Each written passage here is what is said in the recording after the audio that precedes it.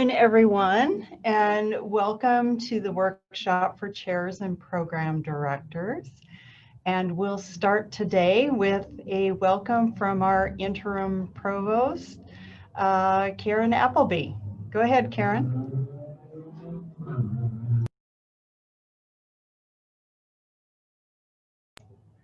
You're muted.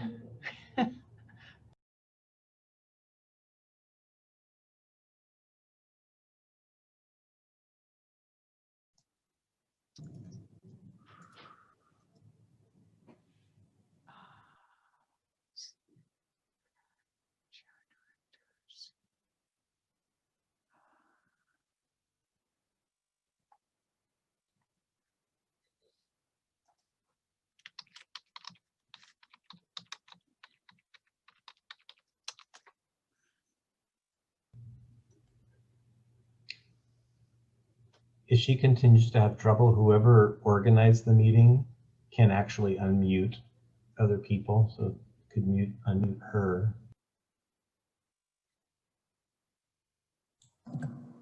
See, we already learned something really invaluable. I didn't know that. I think I'm back. Joanne, can you hear me now? Excellent. All of this fancy technology in this office, I still haven't figured that out. Well, welcome everybody, and I'm sorry about that technology glitch. We are very happy to have you with us today. We hope that you had a great first week of classes, enjoyed the very well-deserved long weekend, which I know is always a nice respite after a wild and crazy first week of classes, especially as department chairs and program directors. So today, as you all know, we have a number of high priority initiatives that are occurring at the institution right now. And your programs in your departments provide valuable support and input for us to be successful in those initiatives. So today, specifically, we are going to provide information for you and answer your questions about our NWCCU visit that is coming up in fall of 2021. So it's coming up rather quickly. And we are also going to update you on next steps in the program health process so that you know what to expect in the upcoming semester. So before I turn it back to Joanne, though, I just want to, first of all, thank you very much for the warm welcome into the interim provost position. I am learning a lot and excited to be serving the institution in this position. And to also thank you all very much for all of the things that you do and the support that you provide for your departments, your programs, and for the university as a whole at this very challenging time. And I'm very excited to begin our work together. So I'll turn it back to Joanne.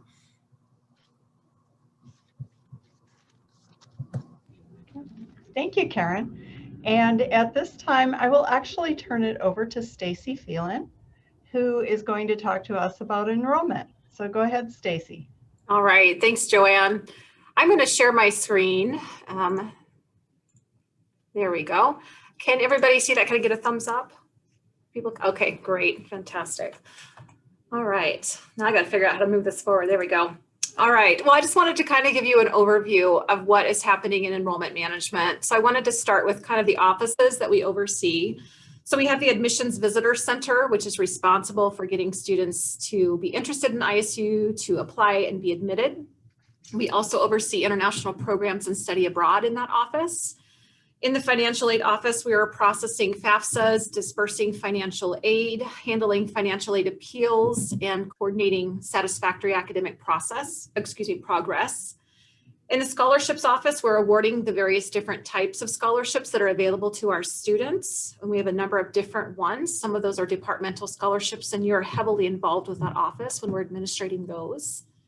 In our new student orientation office, we are ensuring that students have their federally required Title IX training, as well as drug, alcohol, and consent training. We also are assisting students with the transition into college and connecting them with different resources on campus. And then we're also starting something new. We piloted it this fall, but we are trying to keep and maintain the small groups that they form during orientation with a couple of activities throughout the semester so that they can revisit with some familiar faces there. And then I'm sure you guys are very familiar with the registrar's office. Obviously, we're getting students registered through there. We're handling transcripts, residency appeals, catalog, and scheduling with that office. What I wanted to just spend a few minutes on today was recruiting and how that kind of intersects with faculty and programs and chairs and things of that nature. So in recruiting, our focus is on generating leads and getting students into what we call the funnel. We are there to answer students' initial questions. They're broad-based questions about ISU, what kind of an institution we are, helping them to navigate the application process and navigate financial aid and scholarships, getting them through orientation and getting them registered for classes. We have a number of pretty large events that we coordinate on our campus. The first are 2 major recruiting events that we host on our campus. And I will talk about these in more detail in just a few minutes. But Experience ISU, we hold that in the fall, and we are getting ready to host Bengal Visit Day in the spring. Those are our 2 big events. We have a number of smaller ones. We also offer campus tours throughout the year. We are offering in-person campus tours for groups of 10 or less with safety protocols being followed. We just had our first large group of that not too long ago, so that was exciting to have folks back on campus. And then we also have made a change to how we do new student orientation. We have moved to a SOAR, S-O-A-R model, which is student orientation, advising, and registration. And the emphasis on that is to get students to be advised before they register for classes.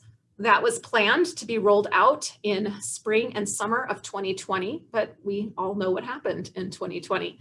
So that got put off, and we are going to be rolling that out in 2021, and we're very excited about that.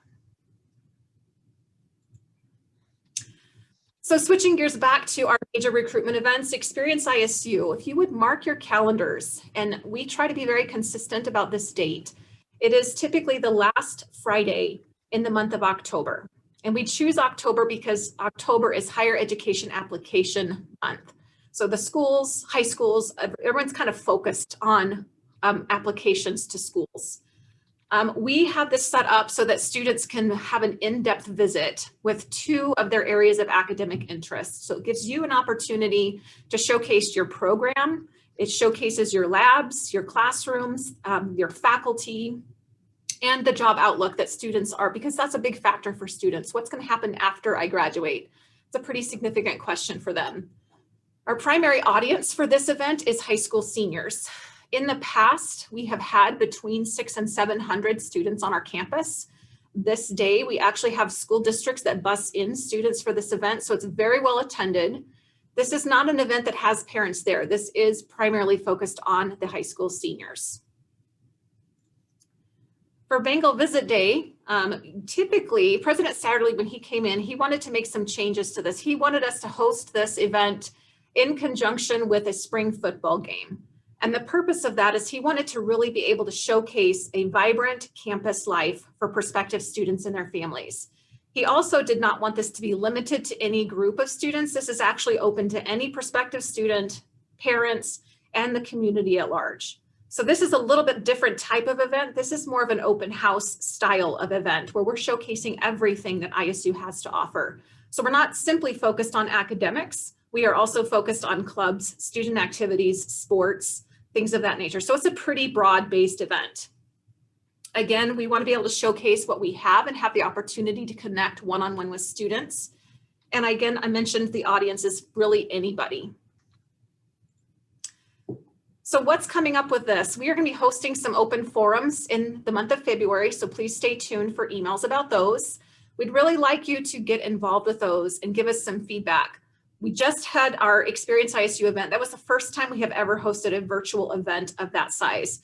We learned a lot through that process, and I'm sure all of you did as well. So your feedback about that would be very helpful to us. We also would like to get a sense of who's interested in really helping to partner with us and help us with this event.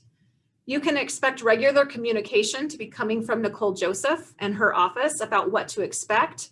You'll get monthly emails kind of giving an update about what's happening. We will start to send more frequent emails starting in April. And we will also be communicating with the recruitment liaisons in each college. We really rely on those folks to get information out to faculty, chairs, and deans to make sure they're up to date on what's happening with these events. I want to talk just a few minutes about campus tours. This is a very individualized experience for students that choose to participate in a campus tour. One of the things that sets ISU apart from other campus tours is that we do make a pretty strong effort to connect students with faculty or the program that they are interested in, and that really makes a difference. In terms of an ROI, about 80% of the students who come take a campus tour with us will actually enroll. So this is one of our highest yield events that we invest in for our students. We'd like to take students on a tour of campus and our facilities. We give them a housing tour if they're interested in that. So what we have been doing is kind of hosting this virtually. Some of you may have participated in this with a Zoom session in our Welcome Center to connect with some of our students. We greatly appreciate that. But I just wanted to really let you know how critical and pivotal connecting with these students at these campus tours can be for your department. The next thing I would love to discuss is information for materials. We also connect with students that have never stepped foot on our campus or have never heard about ISU through view books or lookbooks, different pieces that we mail out to them. And what helps us to keep our information fresh and exciting and up to date is hearing from each of you about what your programs are doing. So some of the things that we suggest that you communicate with us about are, what are some accreditation pieces? Are you nationally ranked in any of your programs? Are your faculty doing incredible things? What about your students? If your students are out there doing some pretty amazing things, winning awards, getting scholarships, moving on, those are also pieces that are really important to parents and students as they are starting to get a lot of recruiting materials. Another piece of that is alumni. There are a lot of colleges that do a lot to connect with what their alumni are doing. And that's an area I think that we could really focus on here at ISU as well. So what we would like is if you could make a habit of getting that information to us by April 1st of each year. That gives us enough time to compile that information, put it into new recruiting materials in time for our recruiting cycle to start by June each year. You are welcome to share that with us at any time because we're able to share that with our admissions advisors as they're talking to students about your programs. So that's always helpful to have the most up-to-date information. Nicole and her team are actually working on a Google form for you to be able to submit this information. And we'll probably put this on our website as well to make it very easy. If that, as you think of something, go ahead and send it to us and submit that. So I was specifically asked to talk about what your role is with recruitment and retention. We would love to create an environment here at ISU where faculty are excited to talk to our students. And we see that already.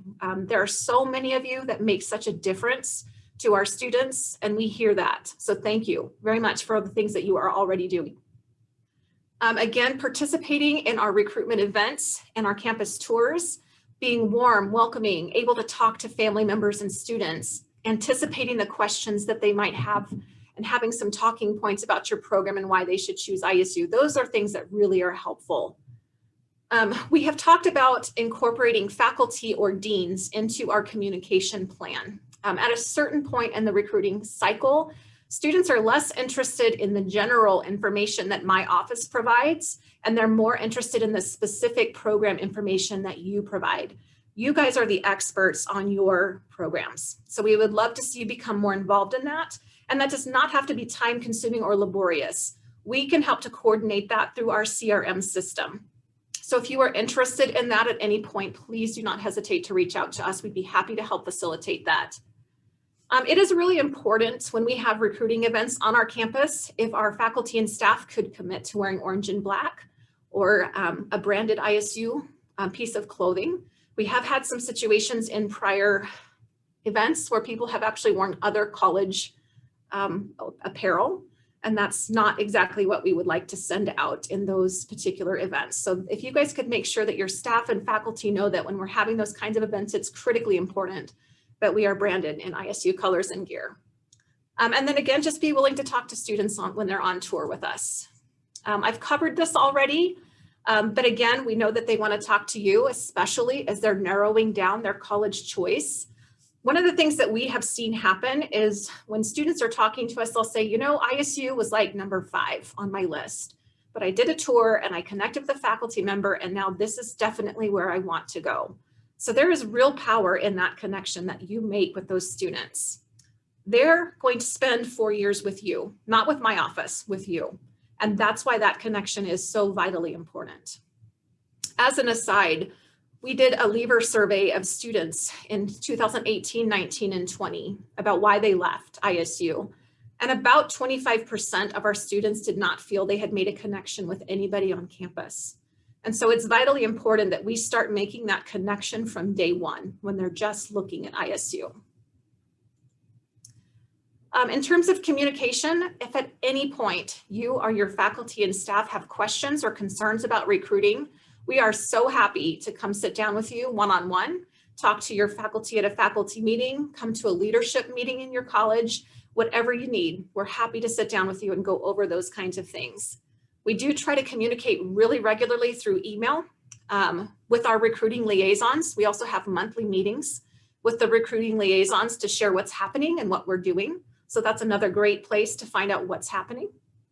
Again, we have information sessions that are leading up to our major events to provide training and information about what to do for each of those events. And then we also try to include information in the ISU Today bi-weekly publication with what's going on with that. So that was a very quick overview of what's happening in recruiting and enrollment management. I would be happy to answer any specific questions that you have.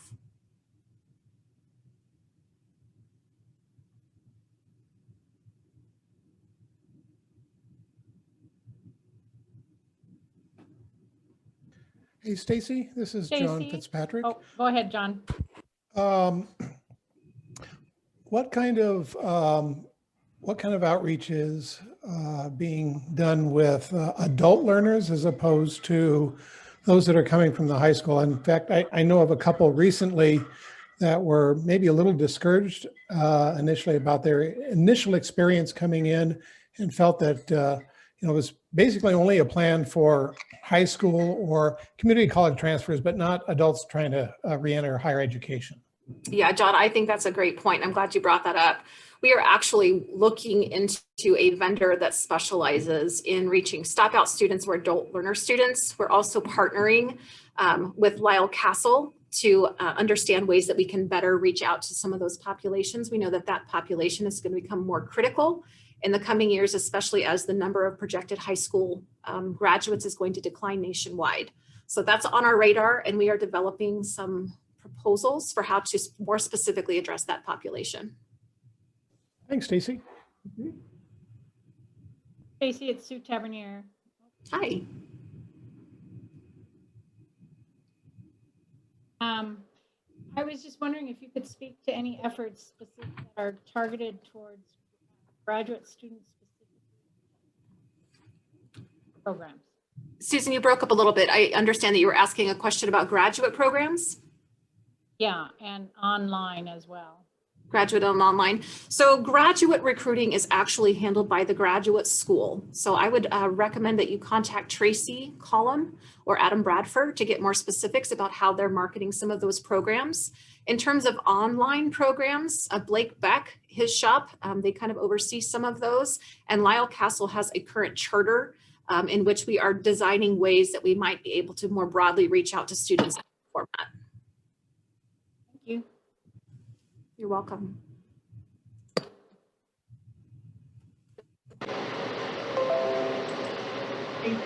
I received a chat question. Do you have an update on spring enrollment? Are declines for the spring, are they normal fall to spring melt, or are you observing a greater or lesser decline than normal due to COVID? Right now, the numbers today, we were at 96% of what spring 2020 enrollment was. When I look at a comparison report, we're down about 2%, same time frame year over year. This is mirroring what we saw, the decline in fall due to COVID. So it's not unexpected, but it is something that we are watching pretty closely.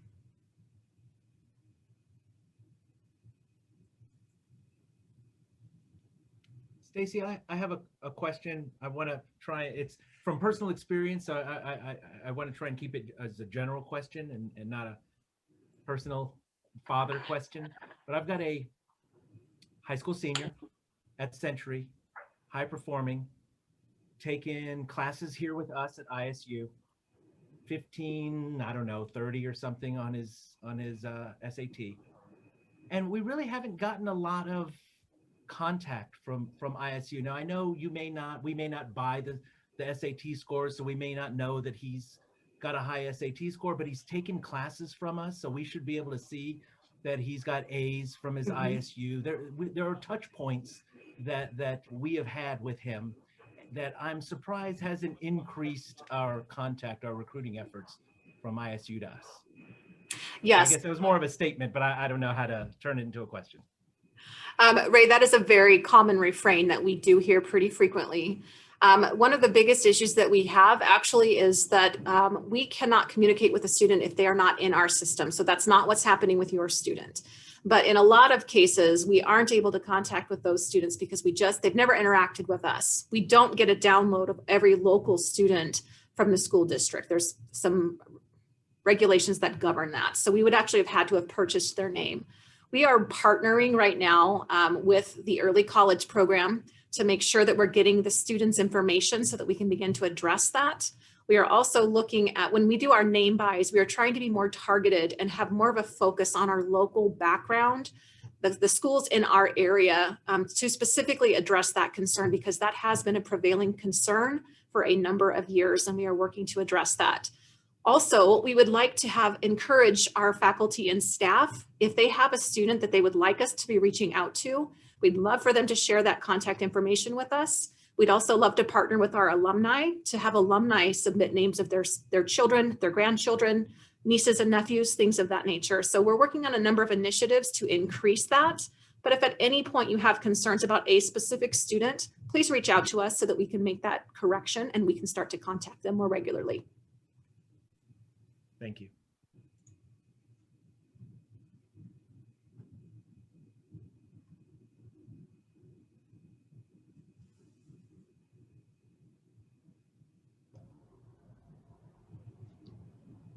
Any other questions for Stacy or anything about enrollment you would like to discuss?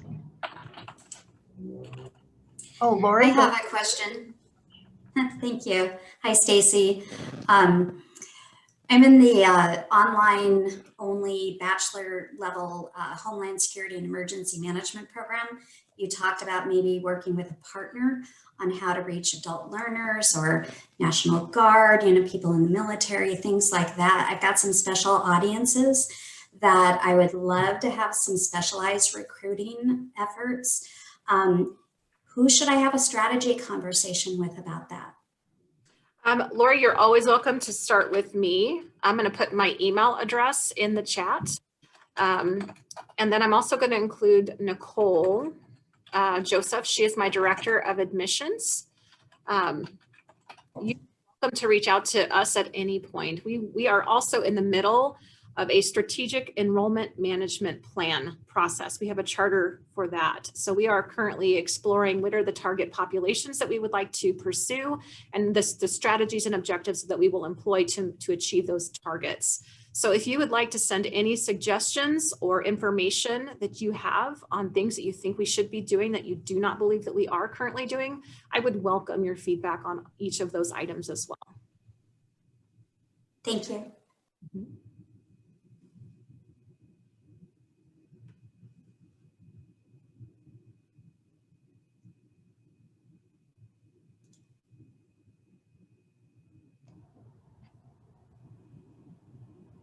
Okay, anything else for Stacy?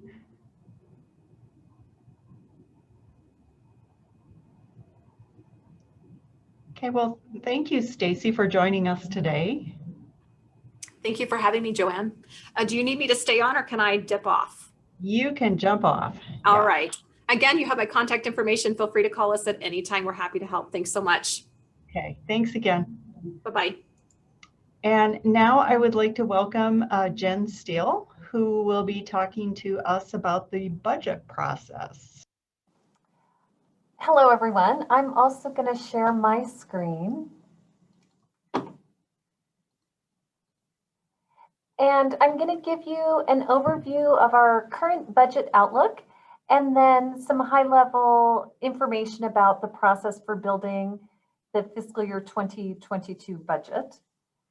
So we work with a variety of people across campus to develop our revenue and expense forecasts, including Stacy's group on enrollment projections and units for all kinds of different budget line items.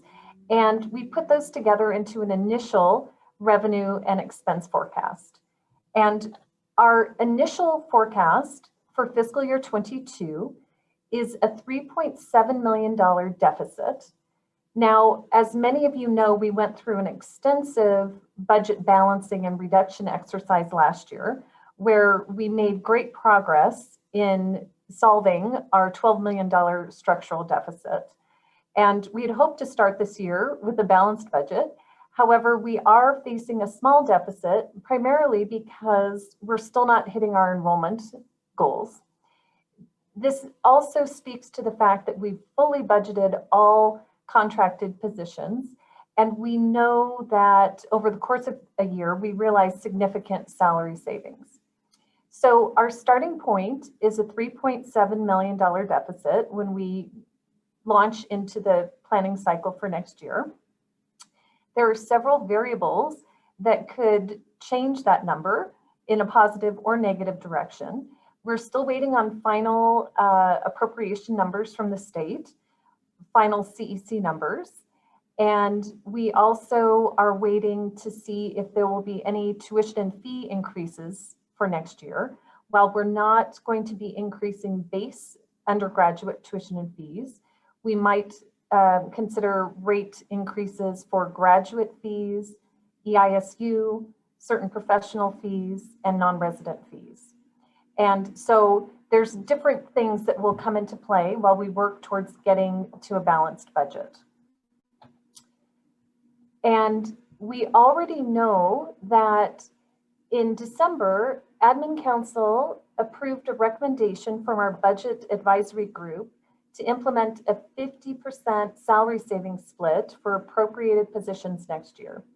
And as many of you know, we centralized all salary savings this year in response to the rescission, the 5% rescission. Next year, we will be splitting salary savings 50-50, and that will conservatively generate about $2.6 million to offset our deficit. And looking at historical information with salary savings, we expect that we could achieve another $1 million to help bridge that deficit.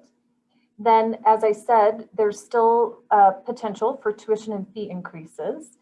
And we also will look at whether there are any expense reductions or strategic investments that will come into the mix. I'm pleased to report that we will not be engaging in a university-wide budget cutting exercise this year. So all units will be working within their current budgets. And so the kind of overall guidance for units is that you get to work within your existing base budgets.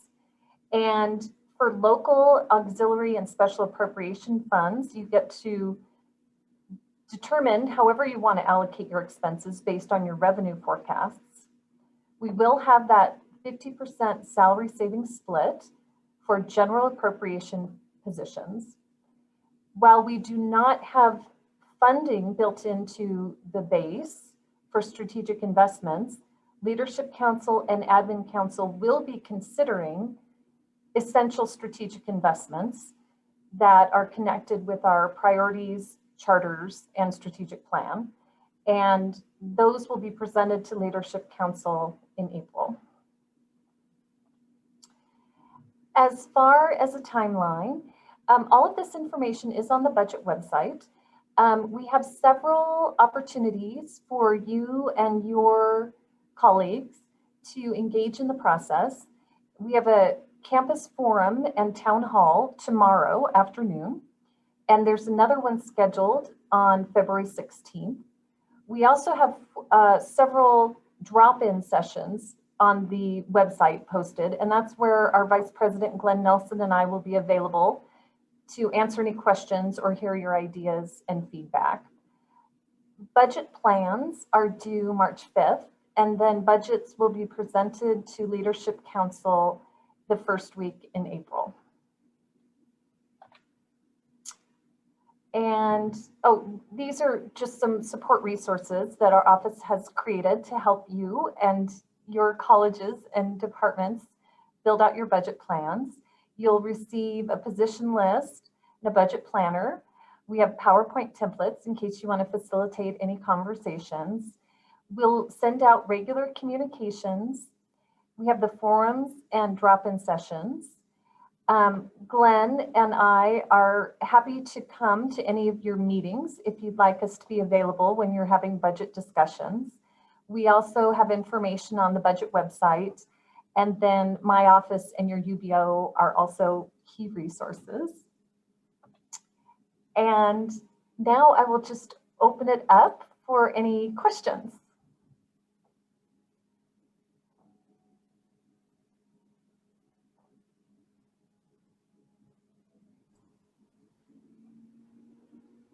Hi, my name is Shar. I'm with the Department of Nutrition and Dietetics. Are the budget materials that you just listed on the slide, are they coming directly to us as department chairs and not through like the deans and so forth at the college level? Excellent question. So your business officer will be your coordinator and navigator. So they will have the master files for all your positions and all the other budget lines. Okay. They will be your resource. Okay, thank you very much.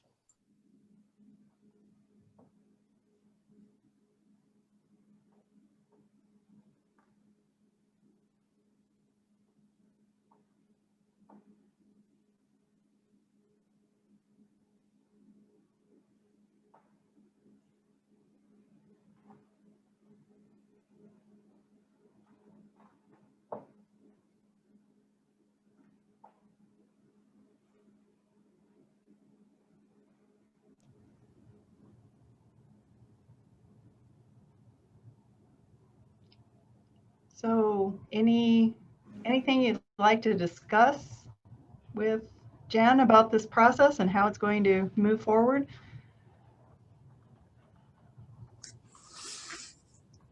I have one quick question, and it might be too much in the weeds. I noticed in the salary savings, it's 50-50, but then for existing unfulfilled positions, but then there was an additional chunk, additional savings, I think it was described as. Can you describe what that is and how that's different than the unfilled positions?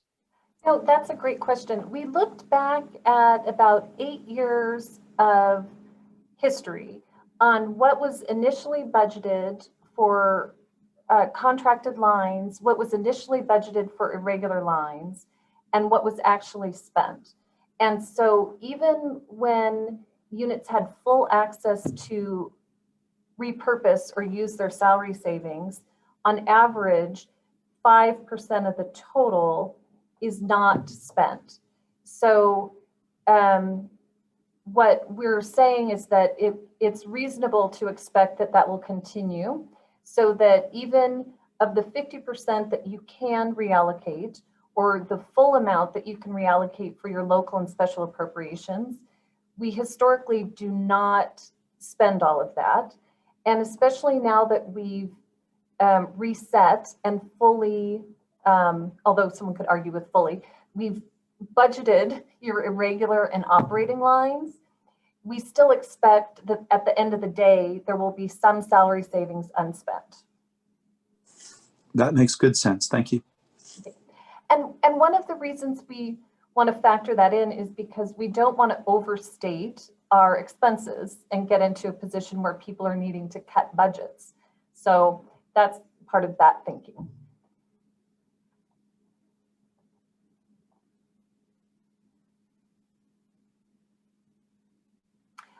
Well, I put my email in the chat box also. feel free to reach out if you have any questions along the way. And oh, thank you. And yes, we're here for you. Hey, Jen, I just have one question. This is Mike McKiddish with the Emergency Services Department. So in our budget planning this year, should we plan for an increase in salaries? That is an excellent question. And I'm hoping that we will have some guidance to you in the next couple weeks. The governor's budget proposal is actively being discussed, and the initial proposal had a 2% CEC included for fiscal year 2022. There's also been some conversations about some sort of retro CEC for 21, because that was not implemented due to the COVID budget situation.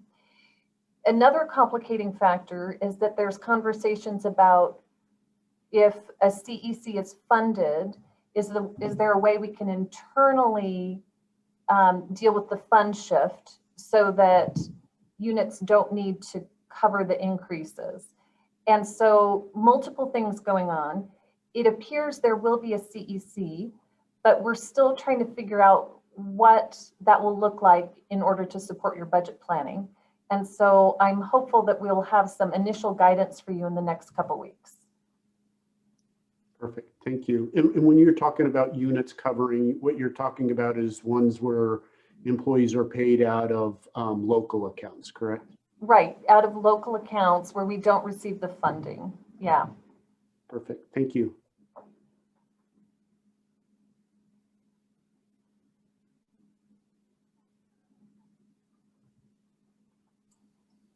This is Shar again. I feel like we're hogging the conversation. I have another quick question. Is there any scuttlebutt about getting any of the money back that the governor took last year? Excellent question. So the 5%, approximately $5 million rescission, we are expecting to get that back, and we've built that in to our initial forecast. And if you remember, the way we handled that particular budget issue this year was through the furlough program and complete centralization of salary savings. So we're planning on having that funding restored, and then those programs will fade into the background. If for some reason we don't get that funding restored, it'll increase the deficit. Thank you.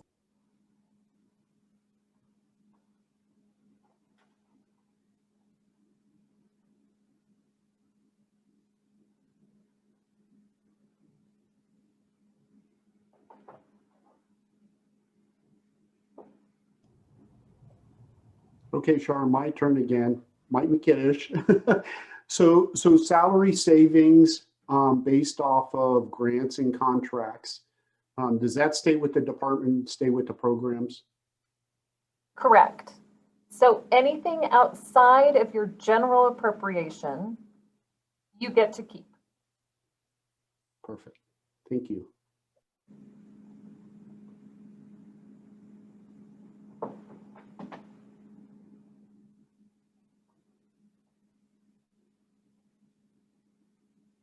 Including all professional fees, right?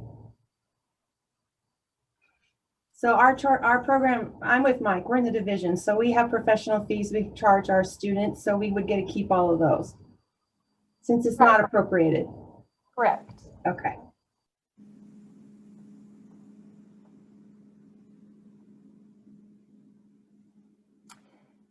So as you get into the thick of things, your UBO will be a wonderful resource for questions, and you can always reach out to my office as well.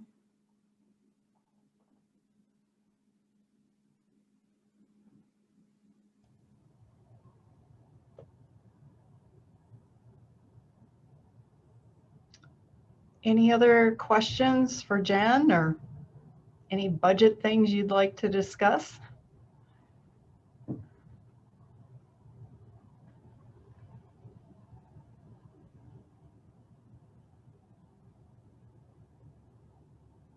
Well, last call.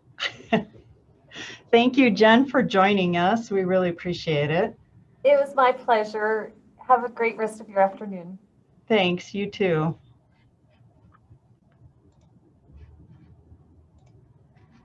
Okay, I need to share my screen.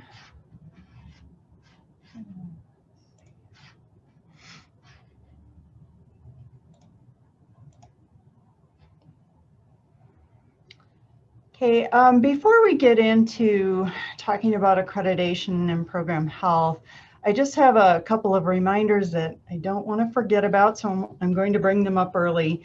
And first of all, the distinguished faculty nominations for service, research, and scholarship are due by 5 p.m. on Friday, January 29th. So please send those in soon. Scheduling is coming up, and just as a reminder, we decided to start with the COVID capacities on the classrooms for next fall, simply because things are so uncertain right now. And one thing we would like to ask you to do is to try to keep schedules as stable as possible once they've been open to the students. So that will be the end of March.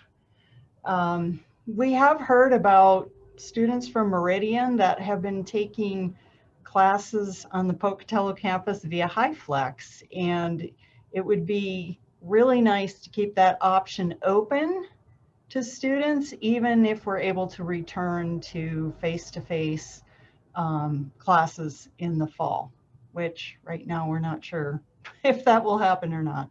So just something to keep in mind, and I just wanted to touch base with you on that.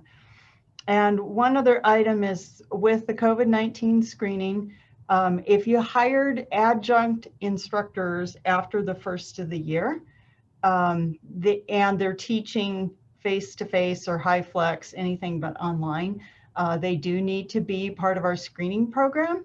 So if you haven't already sent in names of those instructors, please do so soon, and we will include them in the screening. And unfortunately, there is a town hall about the screening program happening right now, but it is being taped. Okay. Joanne, can I ask you a question from that last slide? Sure. The scheduling.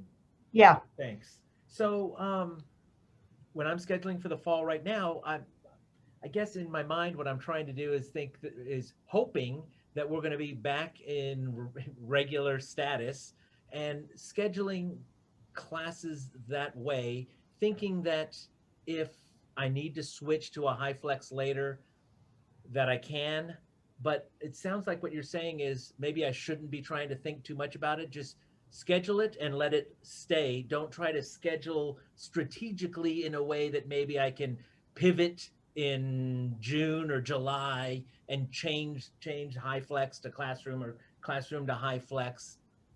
Should I not be trying to put that much thought into it and just act like we're going to need HighFlex in the fall? I think at this point, we need to assume that we will need HighFlex in the fall. And so if things do improve in the fall, if you have a HighFlex class, and suppose the classroom holds 38, so the COVID capacity is 13, you can always shift more of the class into the classroom, right? We can increase the number of people that can be in the classroom. I guess our concern is if there are students that still want to be HighFlex and join not coming face-to-face in class, we don't want to pull the rug out from under them. That's kind of what I'm getting at here. So, and I'm sorry, it's just so uncertain right now, and we need to schedule for what's going to happen 8 months from now. So, thank you. Sure. Joanne, I have a version of that same question, and I'm not sure. I think it's worth asking again. Okay. So if I have a faculty member who normally teaches in the classroom and prefers that, but is teaching entirely online due to COVID, how should I schedule them for the fall? So does this faculty member prefer to be in the classroom or? Yes. So a faculty member who prefers to be in the classroom, but is only online due to COVID. Okay. So I guess because that faculty member could be high flex right now. So I guess no, they can't be because they can't be in the classroom. At all for health reasons? For COVID reasons, yeah. Yeah, for COVID reasons. Oh, and I asked because I got like 6 requests that were like, I would prefer to be in the classroom in the fall, but, and I feel like we don't want to go back and forth. And even if there's a vaccine, there might be students that aren't eligible for the vaccine or haven't gotten it yet. And so people might still be quarantining for COVID. So I just, and you know, a lot of them are saying, I would like to be in the classroom. I don't want to be high flex, but if I have to be all online again, I will be. And so I'm just like wondering, my sense is that I should just schedule them completely online because COVID is still a potential, but at the same time, I think we're all hoping. So I don't know. No, I don't have a good answer for you, Jessica. I'm going back to the classroom in the fall and I'm planning to teach synchronously online simply because I don't know what the situation will be in the fall and I don't know if I'll be vaccinated by then. So I'm being extra cautious. I guess whatever you pick, try to maintain the most stability for our students and try not to be switching things out in the summer. And I realize this is a really big ask. None of us can see ahead to what's going to happen. So I don't know. I'm just trying to be really cautious.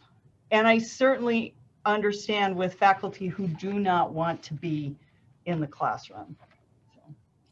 Joanne? Yeah. This is Steve over in physics. Yeah. Your comments regarding scheduling, how applicable are that to laboratory courses? You know, Steve, oh, go ahead. In that we've been doing kind of a hybrid approach to laboratories where we have like an in-person session and a virtual laboratory where to cut down, we've had half of our students attending in person any given week. And the other week, they're doing an online laboratory. We really don't want to continue that. Are you suggesting that we schedule this way again for the fall, or can we schedule our laboratories like we've done in the past as entirely in person with no virtual or high flex component? Well, let me ask this, Steve, if you do that, what will the impact be then if we're not yet in a safe situation? We'll have much better instruction for one thing. Well, let me ask this too. How do your instructors feel about that? Are they comfortable with that? Without exception, none of our instructors are fond of the current delivery. Okay. Steve, maybe with the lab classes, why don't we touch base on this before the schedule goes live near the end of March and see where we are at that point. We're going to be communicating with the health committee to see what kind of forecasts they may have about where they think we'll be come August in terms of number of people vaccinated and safety and so on. So is this something we could pick up in a few weeks? I do hope so. Bob Fisher, correct me if I'm wrong, but I believe the sentiment of Scott Snyder, our dean, is that we resume normal laboratory course operation offerings in the fall. and move away from any sort of online or flex delivery of laboratory courses. Yeah, that's exactly right. He is thinking of one as being in green mode, you know, that it's a go, particularly for lab courses. I think also what part of what I'm hearing, Joan, is that it's for lecture-based courses, the flexibility of the high flex format is still, that should still be in the thinking. I know myself, I'm approaching it exactly the way you are. But for the labs, they're really thinking of this as in person. I know in the case of chemistry that they don't have an option. This impacts accreditation. So Josh is here. He can correct me on that. Okay. Oh, you're right, Bob. But I think for fall scheduling, it really doesn't make that much of a difference for us because we're offering same number of labs at the same time. The discussion we should have is how it is delivered when we actually show up in the fall.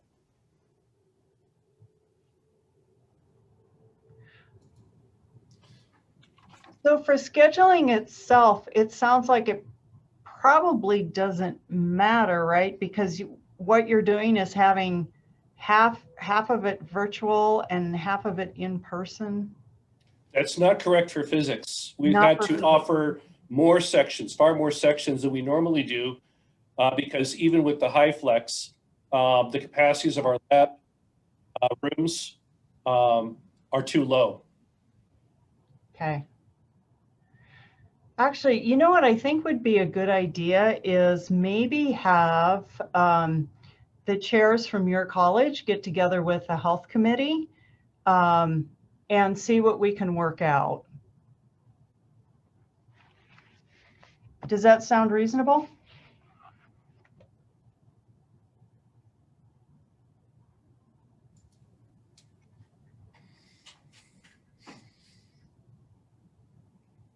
Should that come from the dean or the associate dean?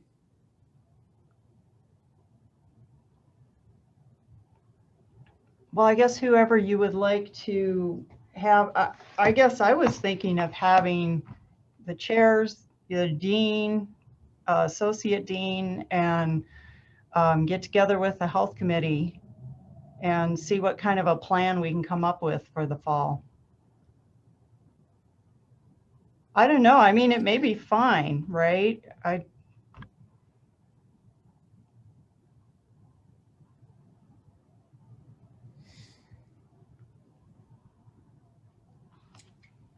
Well, I anticipate a whole lot of health exemption requests going through if we don't go back to our original schedule before the pandemic. Okay, and that's one thing we'll have to talk to them about. Okay. Okay. We'll pick this up offline so we can get back to the rest of our schedule today, but I will get back to you with that. Okay, so as you know, we're accredited by the Northwest Commission on Colleges and Universities.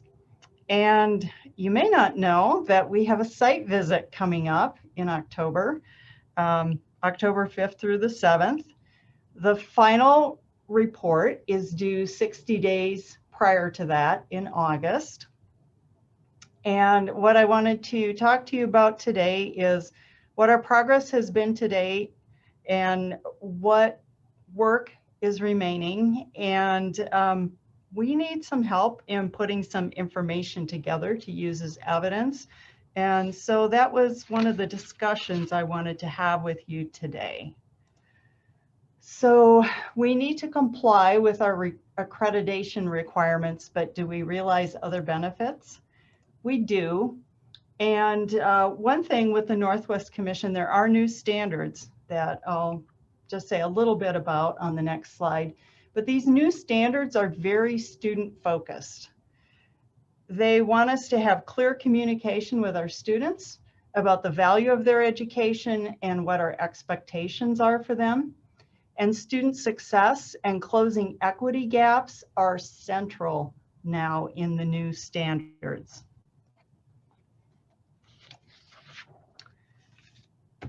So these new standards went into effect last year. We went from 5 standards to 2, so they've streamlined the process somewhat. The 2 standards are student success and learning, institutional mission and effectiveness. That's standard 1, and standard 2 is governance, resources, and capacity. And if you're interested in all the details, I have a link here on this slide that you can follow to the NWCCU website with all the details. We're kind of caught in a transition period here with NWCCU because the way the process will work in the future is that there will be a year 6 report on standard 2 and a year 7 report on standard 1.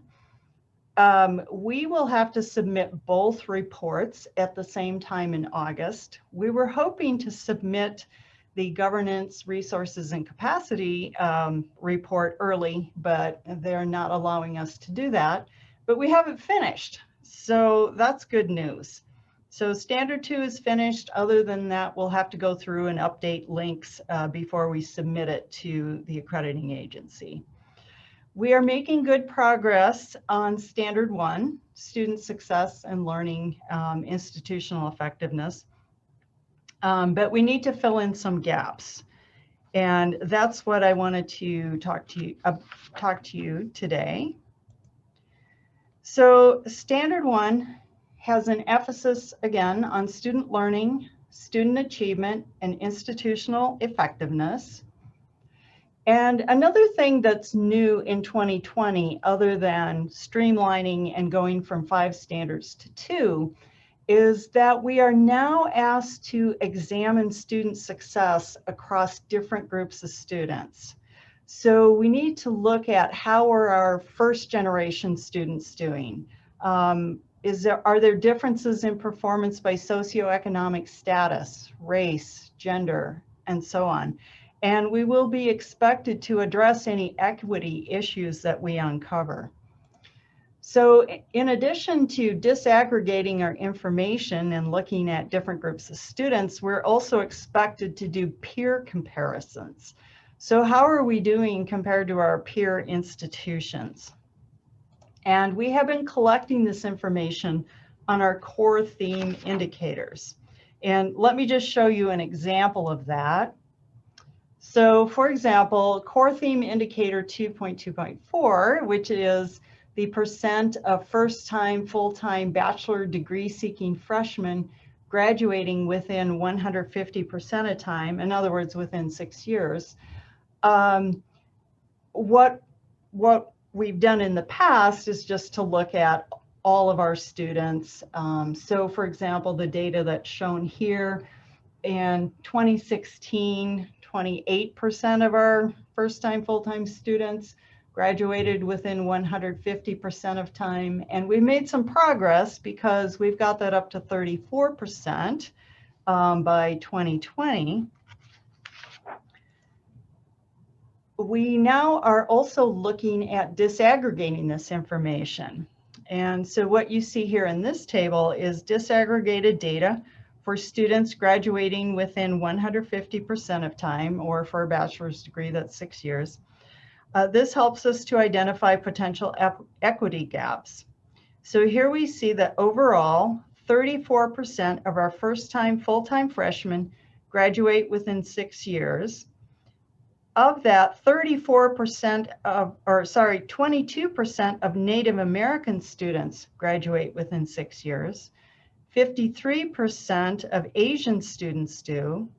38% of African American students do. 22% of Hispanic or Latino students do. 37% of white non-Hispanic students do, and so on. And so we need to analyze this and see what can we do maybe to address the differences that we're seeing across these groups. For this particular indicator, we do not have information on first generation or low income students. The other thing we're looking at with this particular indicator is how are we doing compared to our peers? And we don't have the most recent information yet for our peer institutions, which includes the University of Montana, University of Colorado, Colorado Springs, Utah State, and so on. But we will update this as soon as we get that data. But what we can see is that in the most recent year for which we have all this information, 2018, University of Montana graduates 48% of their first-time full-time freshmen within 6 years. South Dakota State graduates 54%, and so on. So we have some work to do. But our peers are doing it, and so we will be seeing what we can do to address these issues as well. So that's some of the information from the core theme indicators. What we need to talk about here is some of the other information that we need to collect. So I'm going to talk a little bit about some of the standards regarding student learning and what kind of information we need to collect. And I need some advice from you, some input on what is the probably most efficient way to do that, because some of this we need to get from you. So in standard 1C1, it says the institution offers programs with appropriate content and rigor that are consistent with its mission, culminate in the achievement of clearly identified student learning outcomes, which leads to, we need some assistance in collecting this information to use as evidence for some of these learning standards. With each of these standards, there's a rubric we have to follow. So we have some guidance from the accreditor on what kind of information we need to put together. And so I wanted to share that with you as well. So the rubric for this particular standard says that definitions of rigor exist, and this is for a developed program. There's, like all rubrics, there's like different levels of what you've achieved. And so we're trying to focus on developed and highly developed if we can get there. But in this particular case, this is developed rubric. Definitions of rigor exist and are used to determine appropriate levels of learning for courses, sequences of courses, and program requirements, and the rigor builds across an academic program. And of course, some of our evidence in rigor and sequencing of our courses is the fact that we undergo program reviews. When we have a new program, it's reviewed by the other institutions across the state. So a lot of people review these and we have input on that. But what we would like to offer the accreditors to review for us are curriculum maps that demonstrate the sequencing of programs. And as an example of a curriculum map, I believe the College of Business offered to share theirs, and is Bob Houghton on the call? Hello. Hey, Bob, do you want me to share your curriculum map? Absolutely. And I'll be happy to kind of walk through and talk about it. So as soon as it comes up. So if you scroll up, let's see here. Is it showing, or do I need to? No, this is it. So, okay. So what we've done is before we get to the curriculum map, though, I kind of want to talk about what, there should have been a spreadsheet as well. Is there a spreadsheet one? There is. Yeah, the Excel document. Let's start with that, because, and then we'll come back to the curriculum map if you don't mind. Is this the one, Bob? Yeah, that's the one. And the reason I wanted to start here and then I'll go the other way, which I know is a little different, is that our AACSB accreditation requires us to write down the same type of learning goals and objectives that we were just talking about for Northwest. And so in order for us to understand what that is, again, we have to come up with these based upon our mission, our vision, as well as what the existing AACSB standards are. And so it's hard to create that curriculum map until you understand exactly what those learning objectives are exactly. So that's why I wanted to start with this first. So as you can see in our Excel spreadsheet here, on in column B, we have our actual individual learning objectives.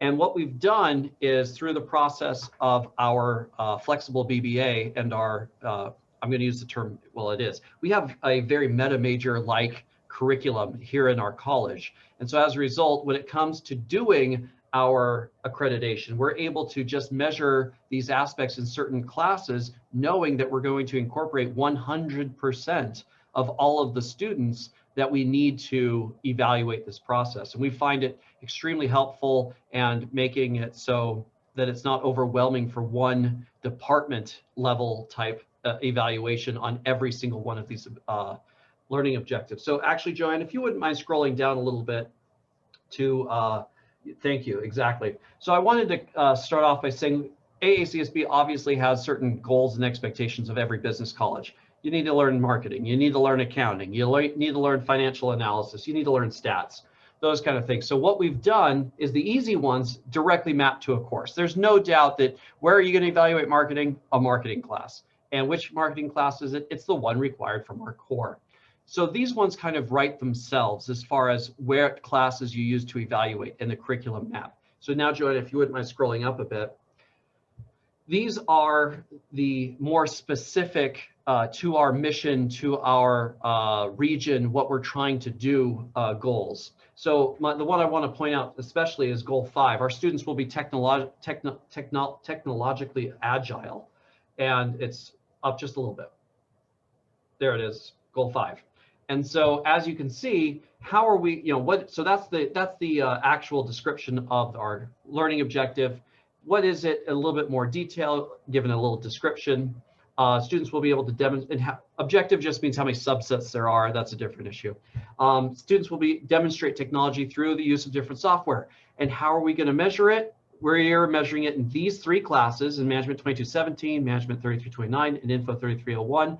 And where is it assessed specifically in order to kind of more parse that out? And we've created a rubric for that. So now, Joanne, if you wouldn't mind going back to the other spreadsheet or the other form, the PDF. So once we've created what our objections are, the PDF, click that curriculum link in your slide and it should populate. There it is. So what we've done is we've now that we have what the objective is and where we think we need to assess it, we now create what is it exactly in all of these classes is being assessed. Because as you can see, different parts of things are going to be assessed differently. And so then that way, when you're teaching, let's say accounting 2202, you know that as part of the assessment process, your two written case studies that you're going to evaluate in there need to be part of the assessment report when we finally compile it all together. You're also going to look for, do they make sure you ask a question or two about IMA Code of Ethics as part of that. So if you scroll down, you can kind of see how we're dividing out the courses. So on one list, it's basically you have 2 lists that cross that intersect. So that way you can find out exactly where you need to measure based on your class, and you also then can report that back to your goals as far as the learning objectives and those kind of things. We have also created some very simple to fill out forms that we will then include in our assessment report all at the end of this. So at the beginning of each semester, everyone gets a new form that says, hey, and by the way, we have a rotation of this. We don't do all of this all at once. At least that's not the goal, is to do all of it all at once. Sometimes, especially with COVID happening in the last spring and the fall, we were scheduled to do a lot of this last spring. We were again scheduled to do a lot of this in the fall. And as we will explain to our college accreditors, that didn't go so well because of COVID. And I'm fairly confident, based upon my conversations with them, they understand that immensely. But that is part of our narrative that we will use to explain when we're trying to reestablish what we're doing with these assessment learning objectives. But from there, we fill out these very simple to follow forms that are like, What was our previous scores? What are our new scores? How are they different? What make that different? Very simple to answer, one sentence or one paragraph little narratives on each of these learning objectives. And then that way they're already compiled to stick into our report afterward. And we just make it as easy as possible for our faculty to understand exactly how they fit into the bigger picture of accreditation. It took a little bit to get all this set up, I grant you. We've had a couple of committees over the years that have worked, and we always do evaluate this. But for the most part, when it gets down to the individual faculty member, it's no longer a big burden. They're able to just take our simple one-page form, fill it out, and that's the entire part of assessment that they need to do for our learning objectives. Any questions as to how that works? Because I'm happy. I think that that's one of the greatest benefits that we have here in the college when it comes to the idea of designing. I'm going to little spiel now for the idea of meta majors, because I really think that that is a way that our university can utilize the combination of classes, as it were, to help track this data across multiple levels, across multiple disciplines. And the College of Business, we really do this quite well. And just for your information, Joanne will supply the group today with some documents afterwards for your access. And one of those will be, what are the rubrics used, an example of the technology one that Bob focused on. And then Bob's going to share with everybody just that one-page thing that faculty get at the beginning of the semester, just because maybe seeing it sometimes might get you thinking about how you might apply this to your own program. And I would also say that for accredited programs, there are oftentimes a lot of objectives and outcomes in more numbers than we typically would expect to see in a program that doesn't have external accreditation. And that's because that external accreditation is really prescriptive about what you have to do. So for example, those of you who are accredited know what I'm talking about, but the idea is what are the basics that you need for your program? And if you're not externally accredited, you almost have a better deal because you have more flexibility to hone in on what are the things we really want our students when they graduate to be able to do. Thanks for that, Ann. That's exactly right. I think, and so one of the things that I know that we've been aiming to do from a university standpoint is to try to have these program evaluations. I forgot the exact term that they're called. The peer event, those, I'm sorry, what is that term? Program reviews. That's it, program reviews. When you're designing your program review, and I've been on these internally for various programs across campus, it's really helpful to have these kind of things for the reviewers. They know exactly what to look for, exactly what to get. And as a result, they're also willing to engage when they see something lacking. It's not a lack of anything altogether and they're like, oh my gosh, this is such a huge detriment. It's more along the lines of, oh, they're lacking because something happened in this process that they've got lined up, and they can then comment on that process, not start from scratch every single time. So what I'm really trying to say is, yes, there's a little bit of work up front, and honestly, it really isn't that much work up front to set something up like this. And then the assessment process is just like a rolling stone that just keeps rolling downhill. It just continues and continues and continues with very minimal effort keeping it on track. And it's very efficient. Thank you, Bob. And remember, the Office of Assessment is here to help. And one final note, when I'm trying to talk about keep it simple, in a prior accreditation visit, our team told us we were doing too much and it was too complicated, which meant it wasn't very as useful as it could have been. So we'll talk about simplicity in a couple slides. Okay, I'll also mention in curriculum maps, you see here I, R, there's also AMS. I means that's where you introduce the concept. So ethics are introduced in Accounting 2201. R means you're reinforcing the concept. And then when you get to something that you've mastered, then you put an M. So the curriculum maps are really pretty straightforward and pretty easy to use. And I'm thinking that a lot of people with specialized accreditation have this.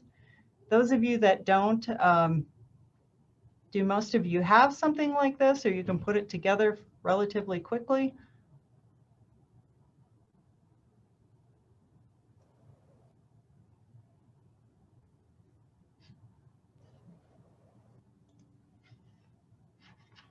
Okay.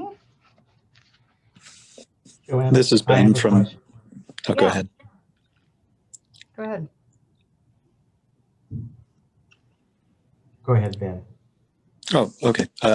This is Ben from Geosciences. I just was going to say we have bits and pieces of it, but it's never been organized into a document for distribution.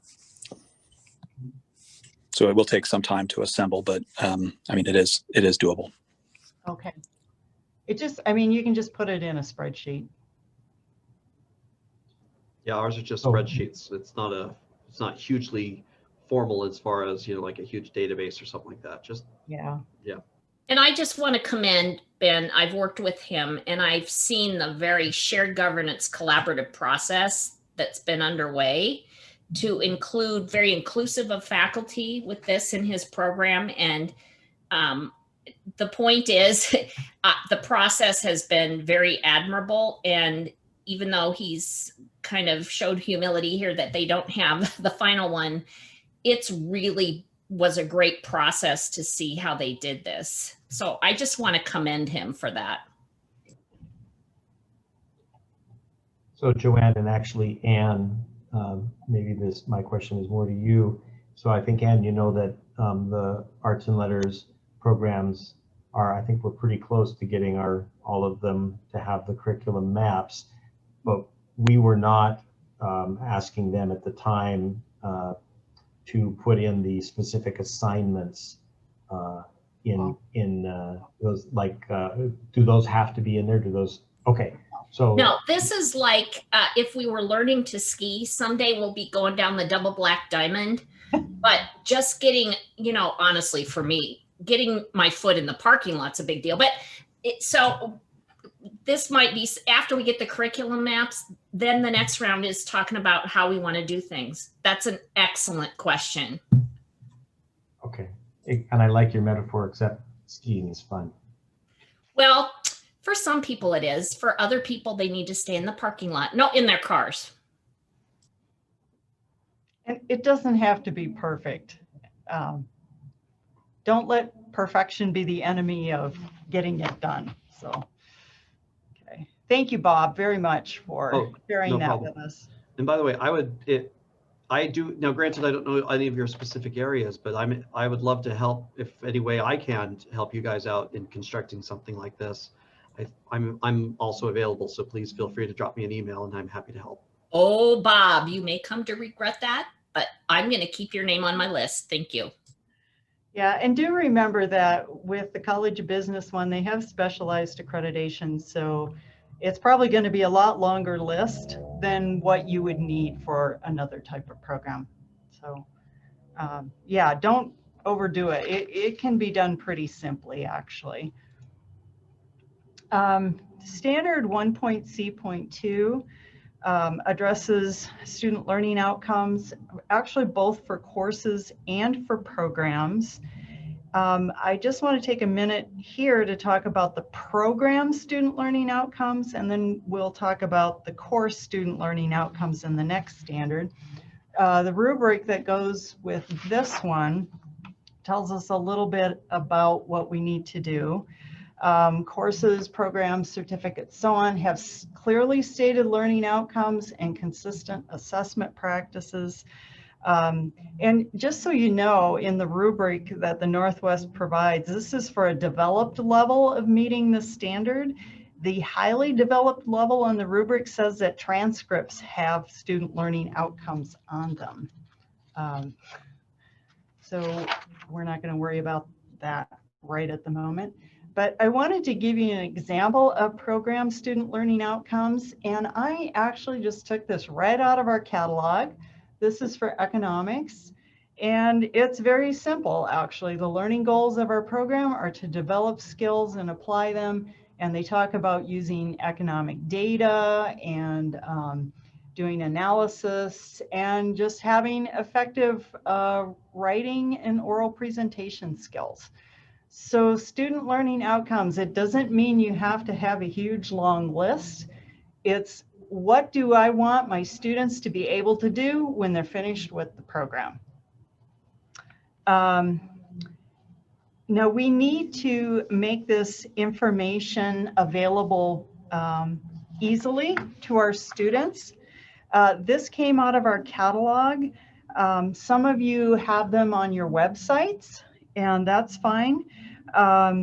We need to identify where they are, however, when the accreditation team comes and looks for where we have our program learning outcomes, we need to be able to point to a place for them to look and see where we have them. And so I don't know how some of you feel about this. Do you feel like the catalog's the inappropriate place, your website? Where do most of you have them at this point? I know a lot of people have them already.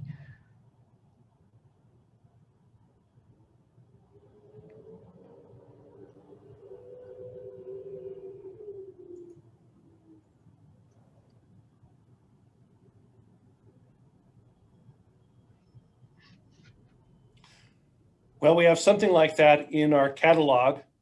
Okay, great. In program descriptions. I think that's true for most programs in at least College of Science and Engineering. Oh, that's super. Yeah. I think a lot of them are on the overview pages of the catalogs.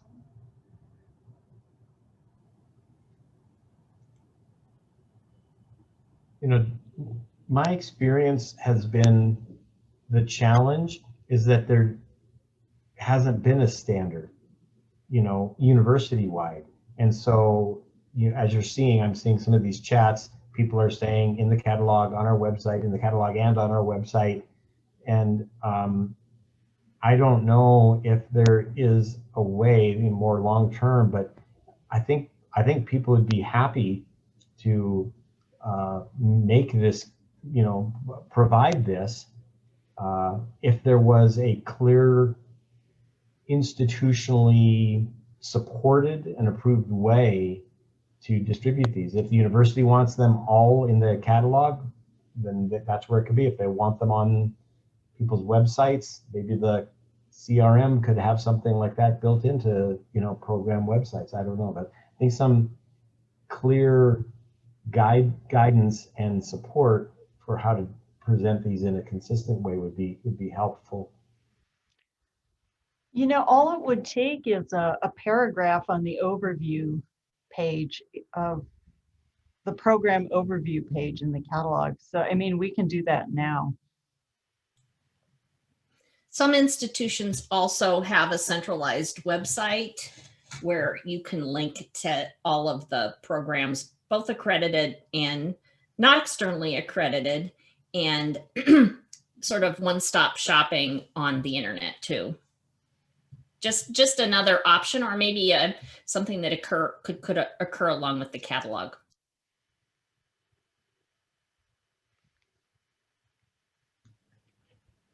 So just a point on this. In our student handbook where ours are contained, in order to meet our accreditation requirements, they take up a full 2 pages.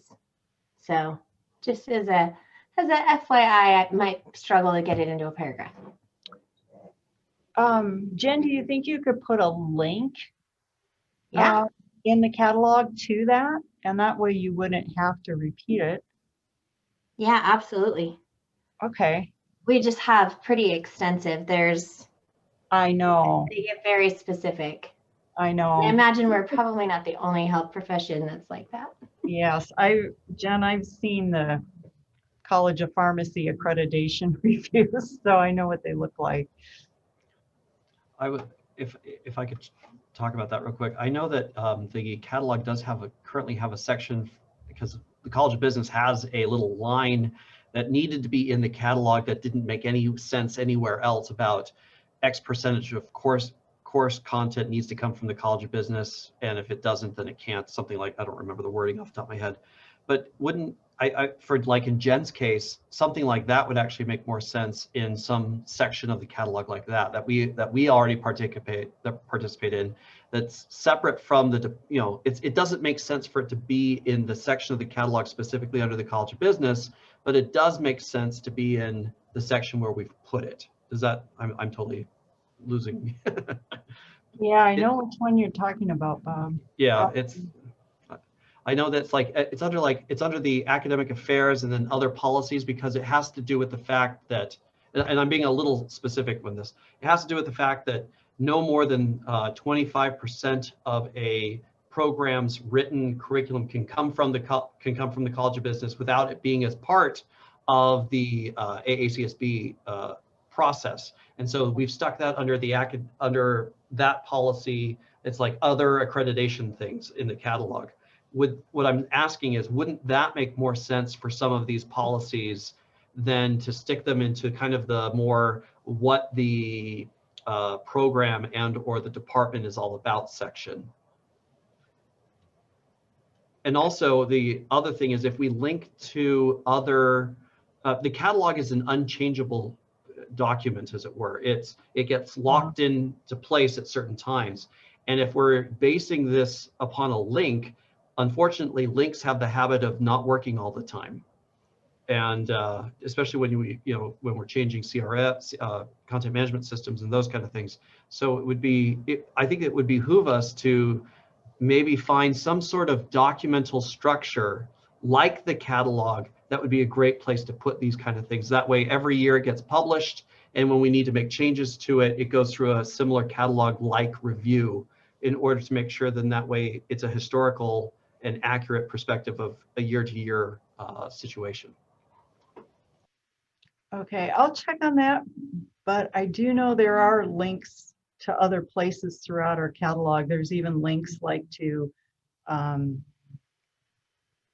accrediting agencies, I believe. And you're right, sometimes those links get broken.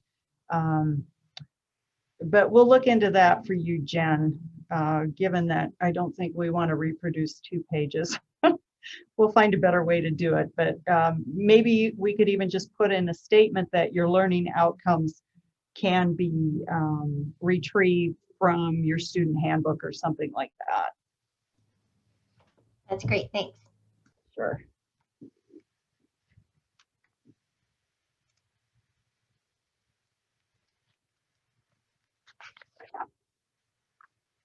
Okay, in standard 1.C.3, we're going to turn here to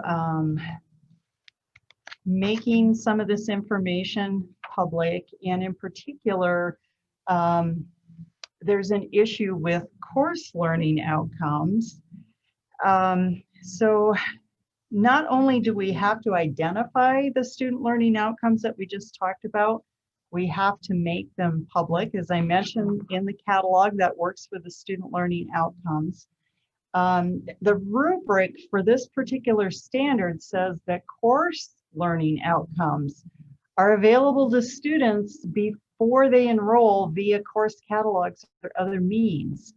Now, I don't think any of us have course learning outcomes in the catalog. Does anyone have course learning outcomes in the catalog? See if anything pops up in the chat. Because most of our course descriptions are long enough that we don't add the learning outcomes. Okay, so we were thinking about how we could do this.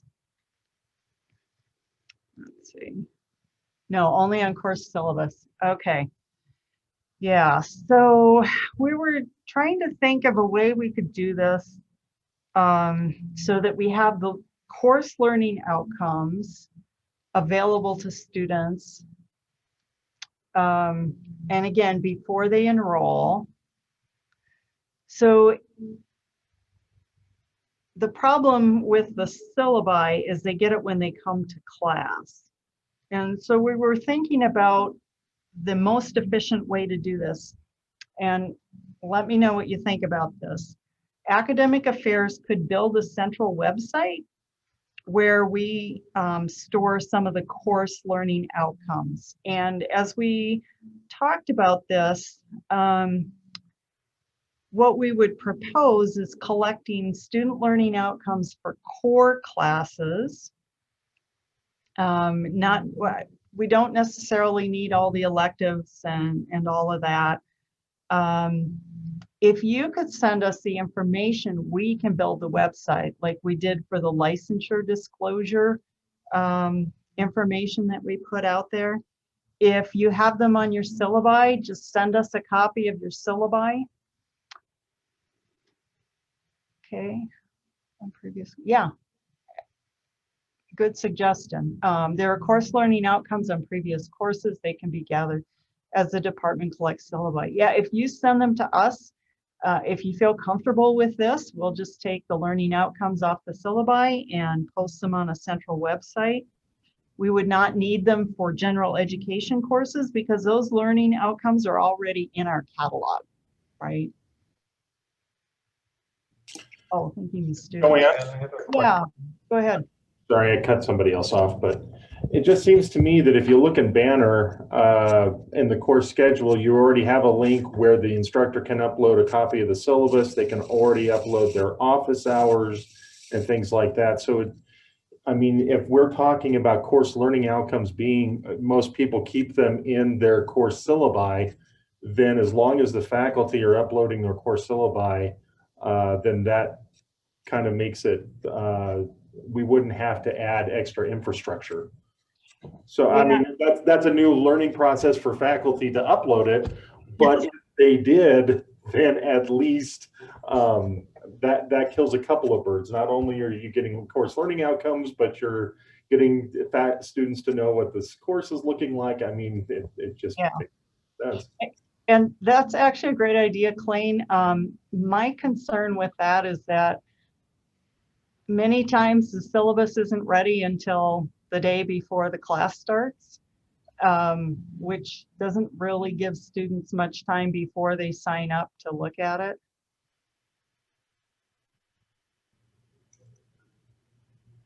But if that's the case, Joanne, that was my concern, given that, you know, a lot of times the specific learning outcomes might be somewhat dependent on who's teaching the course and what semester, and those things can be, I mean, especially in programs that aren't a really carefully scripted, you know, sort of a professionally tracked program governed by an outside accreditation body.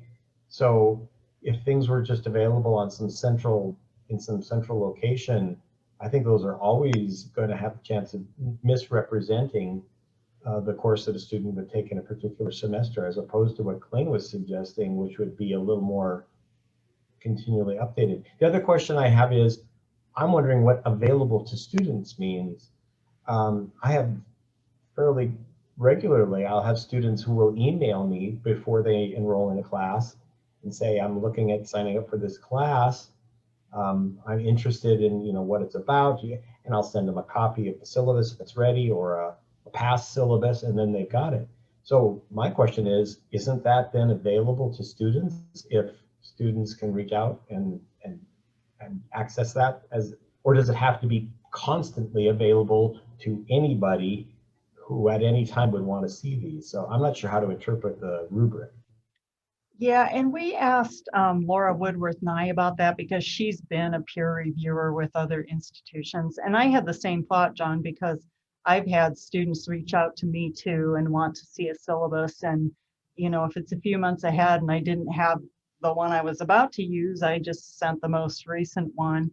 And we were thinking, could we even just put something in the catalog saying, students, you can contact your instructor for a syllabus, but she didn't feel like that would fly with the peer review team. Joanne, can I just ask a question about kind of what this is getting at? Because it seems like, are the accreditors, do they want to make sure that students have all outcomes for every course? or just that they can be assured that the courses are meeting the outcomes of the major? Because like when we're doing our program map or our course map, we were told we just need to concentrate on the core courses. So at least with the core courses, you kind of can already see which outcomes they are supporting. Does that make sense? So do they want it for every course, like even an elective course? Is it just so that students can be assured of how the major works, or just so that they can see what the outcomes are for this particular course? Like, what are they worried that students need to know in advance? And I mean, I've been making a big deal about outcomes on, syllabi with my faculty in various ways. But I just, so I'm supportive, but I'm trying to figure out like I don't think students actually, they don't even they don't pay attention. Maybe they should, but I'm just wondering, what problem are they trying to solve? Because maybe that would help us to figure out. Sorry to take so much time. Oh, no, that's fine, Jessica. Part of it is having transparency for students and make sure they're informed before they do sign up for courses. Ideally, we would have this for every course. I don't think that's possible at this point. And Laura felt like if we had the core courses, that would be sufficient at this point in time. But a lot of times you do hear students say, why am I taking this course? Why am I here? What's the point? And we do need to spell it out for them sometimes, even if it seems that maybe they're not paying attention. We do need to draw their attention to, these are the skills that you'll walk out of this course with. And we do have to show value for education at this point. John? Yeah, I just to follow up, because Jessica said something that I thought was very interesting. If a program has a curriculum map, it shows the core courses and it shows the program goals that each course is targeting. Isn't that doing this? Doesn't the curriculum, if I were a student and I looked at the curriculum map for a program and I saw a course and I could see, oh, in this course, it's going to introduce this and reinforce this. Or do they want the more drilled down, and I think that's what Jessica was asking, or they want the more drilled down specific learning outcomes for that course as opposed to how that course contributes to the program learning outcomes? Yeah. Well, again, this rubric, and again, this is the developed level. It's not even the highly developed level. They're saying we should have course learning outcomes available as well. So, Joanne, this is Deanna Dye. I'm over in the physical and occupational therapy program. Go ahead, Bruce. What's that? What Marvel is doing with WandaVision? Oh, yeah, I think he's just no. Sorry. That's all right. So, it seems, based on what's bolded there, it seems like they're really looking that the students know what they're registering for so that they aren't wasting their money or whatever. And so I put in the chat, is it possible maybe within the course schedule, where they go to find the CRN, to have a link in there and link it to the instructor or to the syllabi that way, and that way they know ahead of time, and it'll change every time we change the schedule, and we have to have those instructors in there now, and just an option. And again, I think it's the course learning outcomes. I don't think we need to have the nitty-gritty objectives, but the broader course outcomes, right? Right, exactly. Yeah. Well, do you think we would be successful in getting faculty to upload their syllabi to Banner? I think they'd upload them to their department administrators that would upload them to Banner. Perhaps. Yeah, Joanne, I'll jump in here. Go ahead, Jason. I cannot see on a semester by semester basis when the course catalog comes out having remotely accurate syllabi for every course up there. It Okay. just, I can't see that happening. I'll be honest. Okay. So I guess we were thinking too, if we had a central website, because your course learning outcomes typically don't change that much, right? And aren't they pretty similar for a course across instructors? I would think so. I mean, courses are, even when they're taught by different people with different approaches, the idea and the ultimate outcome behind it, with the exception of things like topics courses and those, those rotating specialty courses, they should have roughly the same outcomes at the end. Mm-hmm. I think anything at the gen ed level is going to be the same. So that's what I see. Absolutely. Yeah, you're right, Bob. And in fact, like I said, we wouldn't even need to collect this for the gen ed courses because it's already in the catalog. Right. Yeah. Just let me, here's an example. This was from a course I taught 5 years ago. And it's probably more learning outcomes than you need to list, but this was for a business statistics course, and there were 3 of us that taught it, and we all taught it very differently, but we had the same list of learning outcomes. And so if we could put something like this together for our core courses, like I said, academic affairs will build it out if you feel comfortable with that. If you don't feel comfortable with that, I guess that's what we need to know. Actually, I like the idea of having it on Banner, but I am concerned about the timeliness of getting it in there. But if this is supposed to be something, I was going to say, if this is, that's right. If this is supposed to be something other than just satisfying the accreditors, this is actually supposed to be something that might be used by students. My concern about a central place, overseen and managed by academic affairs, can't imagine a student going to just some entire university list of courses and combing through that to find out about a particular course. I wouldn't want to put the burden on departments, but it does make more sense that if I'm looking at a course, I'm going to go to that department's catalog page or website or something, rather than a centralized massive database overseen by academic affairs. So from a user standpoint, that doesn't seem to make a lot of sense to me.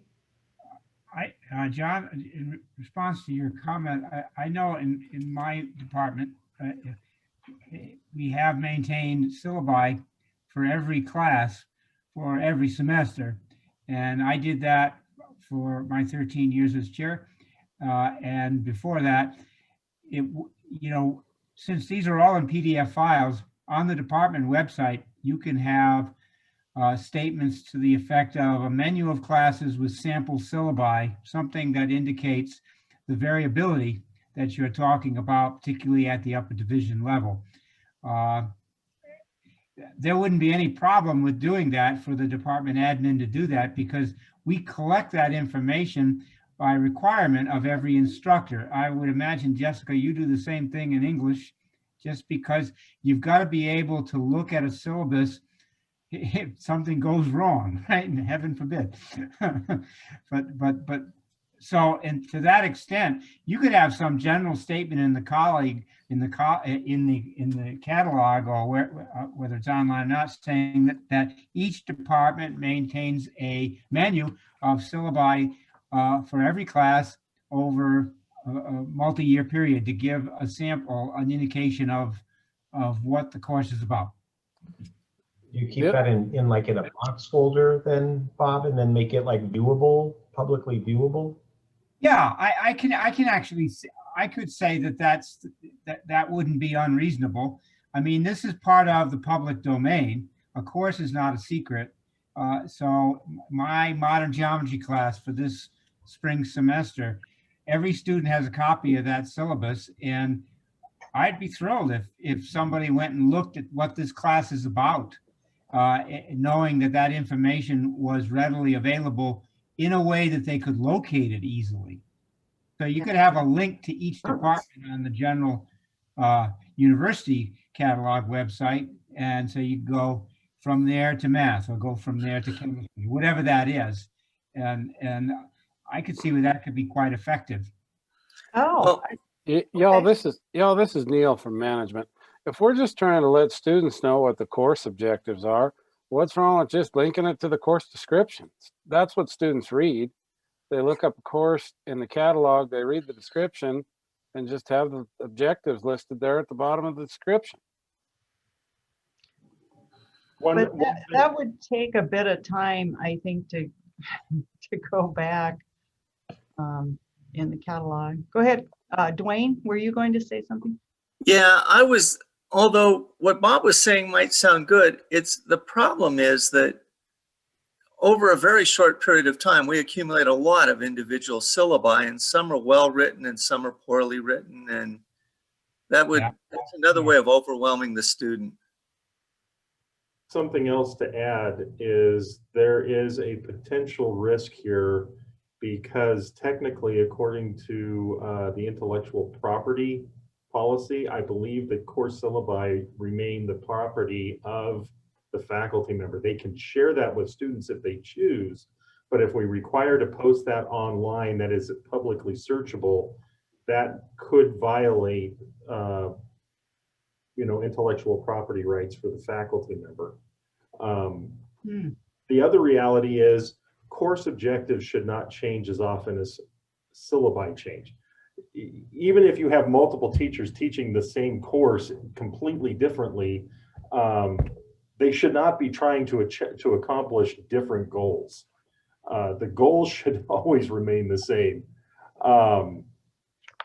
And actually a syllabus is not considered, at least back in 2016, when we worked on the original intellectual property thing, syllabus is not considered a work for hire issue.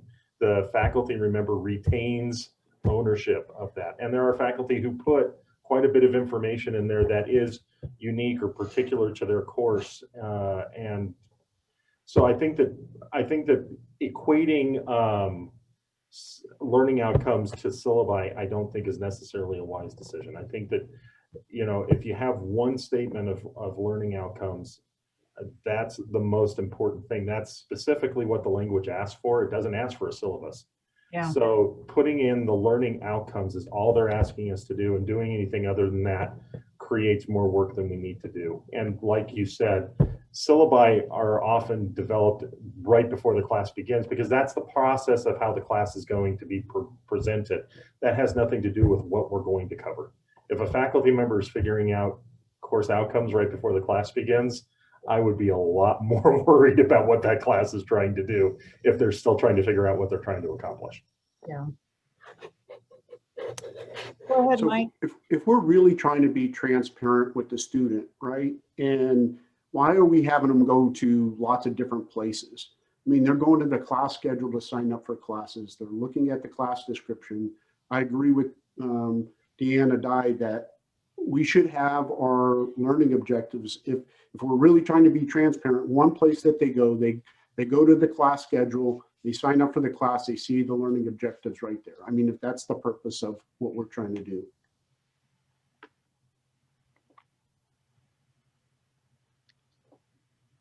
I don't know how hard that is for the registrar though. Yeah, that's my only reservation about that, because I think you're right, Mike. That's probably the best place to put it. That we'd have to ask the registrar about whether that's possible by next fall. Jason? I'm going to say basically the same thing that Mike did, in that we have a link in Banner for syllabi. Could we replace that with a link to outcomes? That would mean the system is already there, the space is already there, and those change much less often, wherein we could put those there. And again, that link is already established for the registrar, and we just maintain it as we need to. Okay. Yeah, that's kind of sort of what I was saying earlier, that nobody puts their syllabus in Banner anyway. Just put the outcomes there, and Okay. you can get those from each college. I mean, it'd take maybe a semester to collect all that information to one associate dean or admin or something. And then that just gets posted and then it's just there. Yeah. I think it's also syllabi are on Moodle. I never understood why they wanted us to put them in Banner too. I mean, this is Ben from Geosciences. The other thing I think that's important is that, well, even though the Pi is a fantastic resource, there's a lot of people who still don't necessarily understand what student learning outcomes are. And it would be important to give some guidance on, for a course, you know, what the learning objectives might look like. You know, I would like you to, you know, come up with, you know, more than 3, but no more than 5, you know, like some, to put some constraints on it, especially if they're going to persist year by year by year. I think that they should be as stripped down as possible and sort of durable, I guess. Yes. Yeah, thank you for making that point, because having between 2 and 5 is kind of on the high end. I've seen some with 10, and that doesn't mean you can't teach your students other things.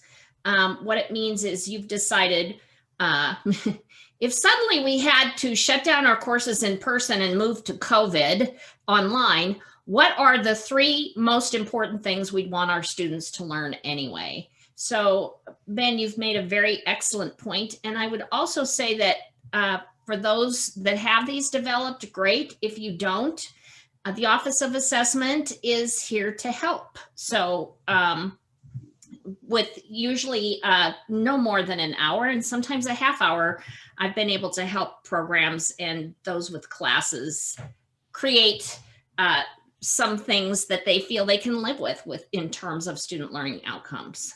We went to graduate school for our disciplines, and I went to hundreds of hours of training and took classes to learn about assessment so you don't have to.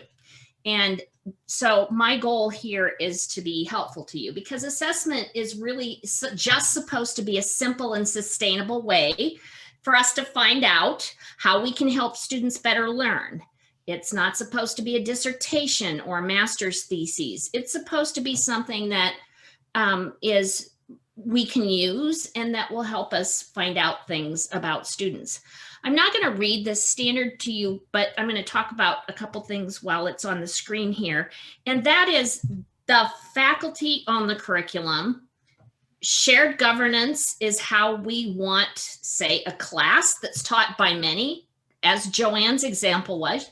She said there's 3 of them that teach the class very differently, but they all got together and they decided what the shared student learning outcomes would be. So an example of shared governance.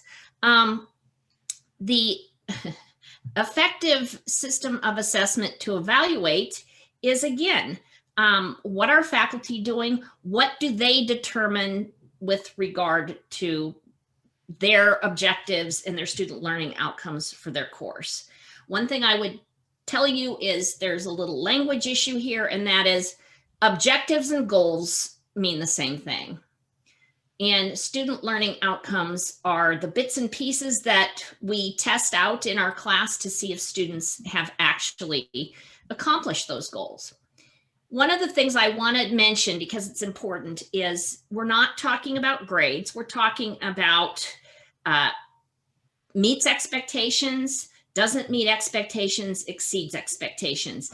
And you can take what we've talked about here today and use it as branding and marketing for your programs, because I'm sure all of you know that when your students go out on the job market, when they sit down in that interview and they're asked what they learned, they're not going to get the job if they fold their arms and say, well, you know, you can just look at my GPA or my grade in that class, and I think it tells you everything you need to know. That's not going to get a student hired. But the objectives, and the better we communicate this to students, the better. It tells them exactly what they've accomplished in their program, and that can have very helpful consequences for students as they continue on in their careers. Another point, and you can go to the next slide, Joanne. another point to keep in mind is what do I do? What am I supposed to do with this? Well, you know, you have a method and you find some information and you need to use the results. Let me give you 3 really quick examples. I've got a class program that I'm working with here, and they are collecting information on assessment, and now we are parsing it by demographic groups with the help of Vince to determine whether those groups that we feel maybe need a little extra help are in fact getting it, or if there's something else we can do. So diversity, inclusion, and equity via demographics is something that's really important. The other thing is, here's another example. So I had a course and 95% of the students met or exceeded expectations. And when they sat down to think about it, it turned out that they thought, maybe what we're using to assess is too easy and we could increase the rigor. But going back down the line to the prerequisite, turns out the prerequisite had been implementing an assessment plan, closed the loop, so students came better prepared to the next course. So in departments, there can be real benefits from this kind of thing. And finally, you just need to, when you decide to close the loop, just document that. Department chairs, don't have an extra faculty meeting. Have one once a semester or once in a year just to talk about these topics.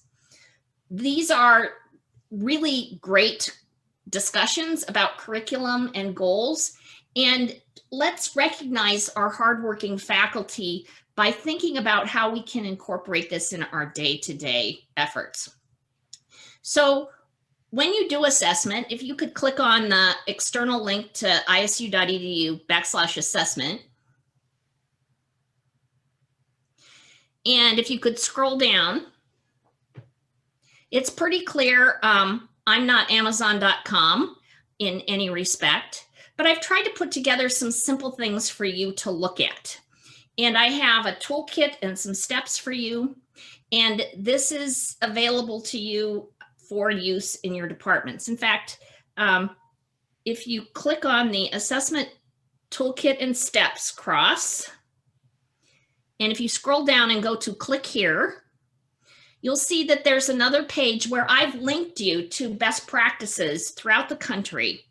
And there's everything from what are some myths about assessment, how do we get our department together, what's good assessment, and it goes through each of the 8 steps that I have on that infographic.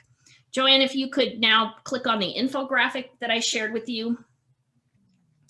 The goal is to make it accessible. And so I created this infographic based on all of the best practices out there in a step-by-step way so that you can work together with your faculty. So if this is the only handbook that you used, great, that would be fantastic. The data that we collect and that we're looking at for accreditation, and I know you do, if I were to ask you, please raise your hand if you care deeply about student learning, I know exactly what I'd say. That's why you're here. Your faculty are passionate. I work with them. It is unbelievable, even in the face of COVID, what I see with that passion for student learning. And that's what assessment is. It's looking at how we can better help students learn and focusing on the key things we want them to learn. So as you take a look at this and think about this, keep in mind that the Office of Assessment is here to help you with that simple and sustainable process. I don't want you to look in your rearview mirror. I know sometimes I've interacted with faculty who've said, oh, we've been doing it all wrong. Well, you know what? There wasn't an Office of Assessment until October 2020. Don't look in your rearview mirror. There's nobody that I've worked with that hasn't had a great forward-looking plan. And it's really gratifying. So, Joanne, if you could go to the breakout room slide. I realize that you've been sitting here like forever, or maybe you had Zoom meetings earlier. And Spencer's going to put you in little breakout rooms. And then if you could post on chat the ideas that you come up with by interacting with each other, that's going to help the Office of Assessment, and it's going to help you and your faculty achieve what we've talked about here today. So Spencer, if you could create the breakout groups, and you'll probably be in a group with somebody in a different discipline, but just 5 minutes just to introduce yourself, come up with at least one thing, post it in chat. Joanne will look at the chat for a minute, and off we'll go.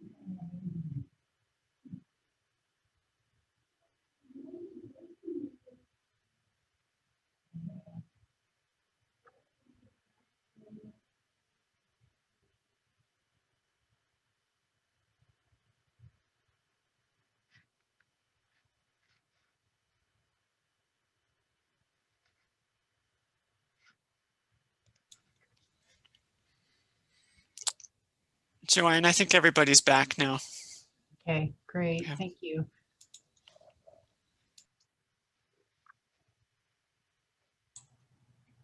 Please type your ideas in chat, because then we'll have a record of it. And my session was super, and I hope all the rest of you came up with some ways to be better supported by us, because that's our mission, is to help you.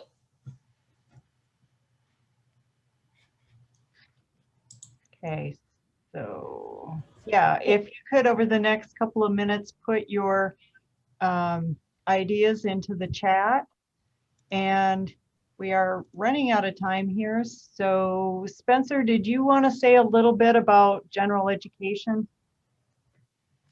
Yeah, currently I'm serving as the chair of the General Education Requirements Committee, and many of you have submitted annual reports, assessment reports, and we want to thank you for your work in doing that. General education gives us an opportunity to improve student learning in the classroom. That's why we're here. And we want students to gain general skills that will help them not only be successful in their first job out of school, but later on down the road. The general education curriculum has the ability to prepare students to be well-rounded. And when we participate in assessment, it helps us to identify ways that students may be missing student learning outcomes. And when we identify those things, then we can make changes that can increase student learning and can help us be better teachers. So I feel like these discussions that we're having today can be useful, and I hope that your experience in the general education program has been positive. If you have any questions, let me know. That's all I have to say, I think. Okay, thank you, Spencer. So just wrapping up, talking about accreditation, and some of what I have on here is going to change based on what we discussed this afternoon, but we will need curriculum maps. We will need the student learning outcomes for core courses and for programs. For the programs, let's try to get those on the overview page of the catalog. And a lot of you have them on the website as well. So for the courses, it sounds like a better way to handle the course learning outcomes is to have people put them in Banner. If they're not doing a syllabus, then just upload the student learning outcomes. So the students will have at least that well in advance. And I think that would be, it sounds like most people feel comfortable with that. but we'll have to find a way to communicate that out. So we're going to need a little bit of time to work on that. So, and then Anne, did you want to say something about an example of a curriculum change based on assessment?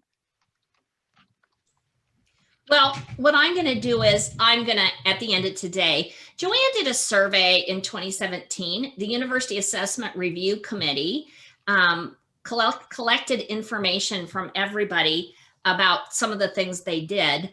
And that'll give you some ideas, because I suspect when I talk to people, I talk about some things that I would definitely consider to be using assessment results and closing the loop. But that wasn't really top of mind for people who were in the trenches in the department. So I'm going to share examples, but it can be as simple as something, for example, in my department, when I was department chair, we realized our international students needed help. We didn't even do anything in the classroom. What I got was a graduate assistant who would digitally help students and who looked like the international students. So they were very comfortable going to Vincent. And it was also pretty cool because it really was helpful in a way that I discovered my teaching evaluations went up significantly whenever Vincent had been the graduate assistant, because the entire attitude and the effort in the class changed. So it's not even a curricular change. It was one thing where it was like, they need extra help, but they won't come and see us. Well, guess what? We figured something out. It was very successful. So I'll send you that and give you some examples so you can kind of see what I'm talking about, because I bet you're doing stuff. Thanks, Anne. So I have some proposed deadlines here, but again, based on our discussion this afternoon, this is going to be changed. So we will be sending out a communication to you with that updated information. We still will ask for the program level student learning outcomes. If you could submit that for your catalog overview page. And again, some of you may need some kind of link instead, or we'll work with pharmacy on that one. If you could submit the curriculum maps by March 1st, and those will go to Anne at assessment@isu.edu. The March 15th, that's the one that will change. We'll see what we can do about uploading those into Banner instead. And then finally, if you do have an example of a curriculum change made based on assessment analysis, again, if you could send those to Anne. And Joanne, can you send those deadlines to us? Yeah, like I said, they're going to be revised, Steve, so we'll be sending those out. Again, based on our discussion, we'll make some changes. Thanks. Sure. So any other questions about our accreditation process? Please look for getting an assessment newsletter either toward the end of February, beginning of March. I did not send one out in the fall. You got one last spring, but I kind of thought COVID really made it. You were getting so bombarded with information. And that newsletter will talk about a couple of things with regards to accreditation. Also, the COVID, assessing during COVID, some tips, tricks, that kind of thing. And it'll just be about 2 pages, but look for that. And also look for me. I want to come visit you, want to visit your department. I want to be there for you. This is the part of my job that I'm passionate about. And find me and I will be there for you. I have a question. We're saying an example of a curriculum change, but our accreditation body, ACODE, the occupational therapy body, they just changed their standards and we redid everything already. So I don't know what your expectations are from our program because we can't change anything. So I'm a little confused. I'm also new. Well, and we can sit down and talk about it. I've helped people with accreditation and program reviews. And when we talk about closing the loop, if there are no curriculum changes that you can make, you probably have a curriculum based on good information about what students need for your program. And we do. I'm interpreting this as you're saying that we have homework. We have to submit a curriculum change to you by April 1st, and I can't. What have you done? You don't have to make one. You just have to tell me what you did. So Barbara, can I give you an example? Well, our curriculum, our ACODE know. standards are like 50 pages long. I understand. I'm in pharmacy. Yeah. Ours are the same. Okay, thank you. So I'll give you an example of what I plan to submit and see if that helps.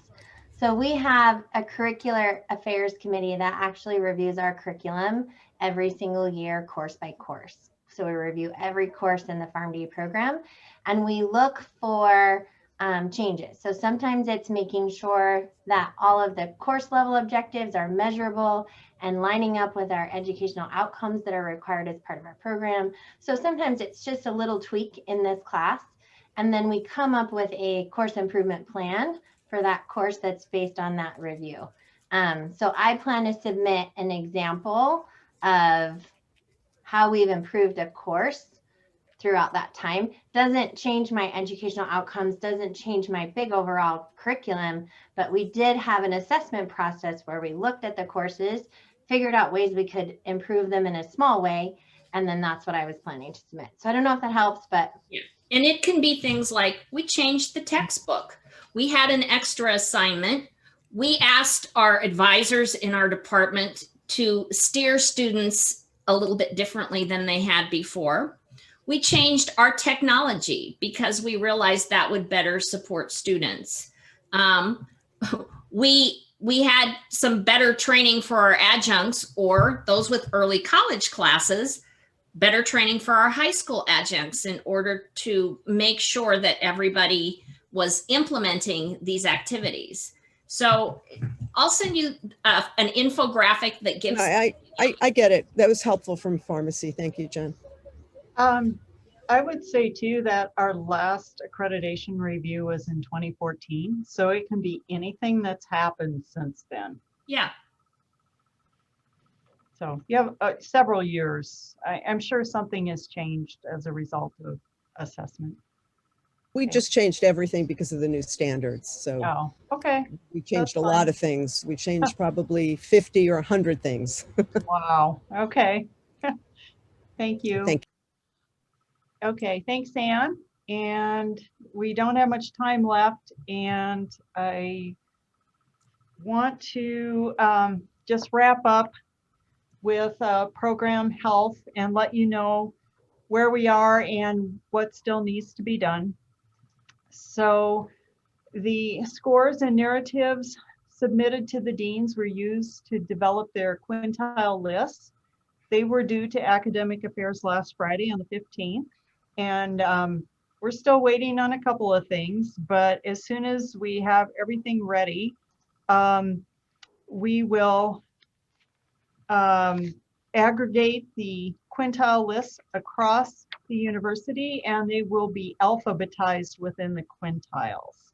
So the next step is that the Faculty Senate, the Council of Deans, and Administrative Council will review the quintiles and the narratives and provide feedback to programs in quintiles 1 and 2 to use in developing action plans.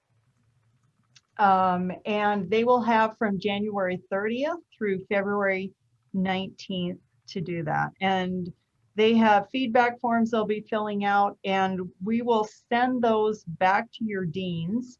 Your dean should then share that information with your programs, including the faculty. So the faculty are still involved, and they need to have a voice in developing these action plans. And again, they're for the programs in quintiles 1 and 2. So the lower 40%. The deadlines for this is that Academic Affairs needs the action plans by May 1st. except for those that would have an impact on the coming budget year. If that's the case, then the action plans are due by March 5th.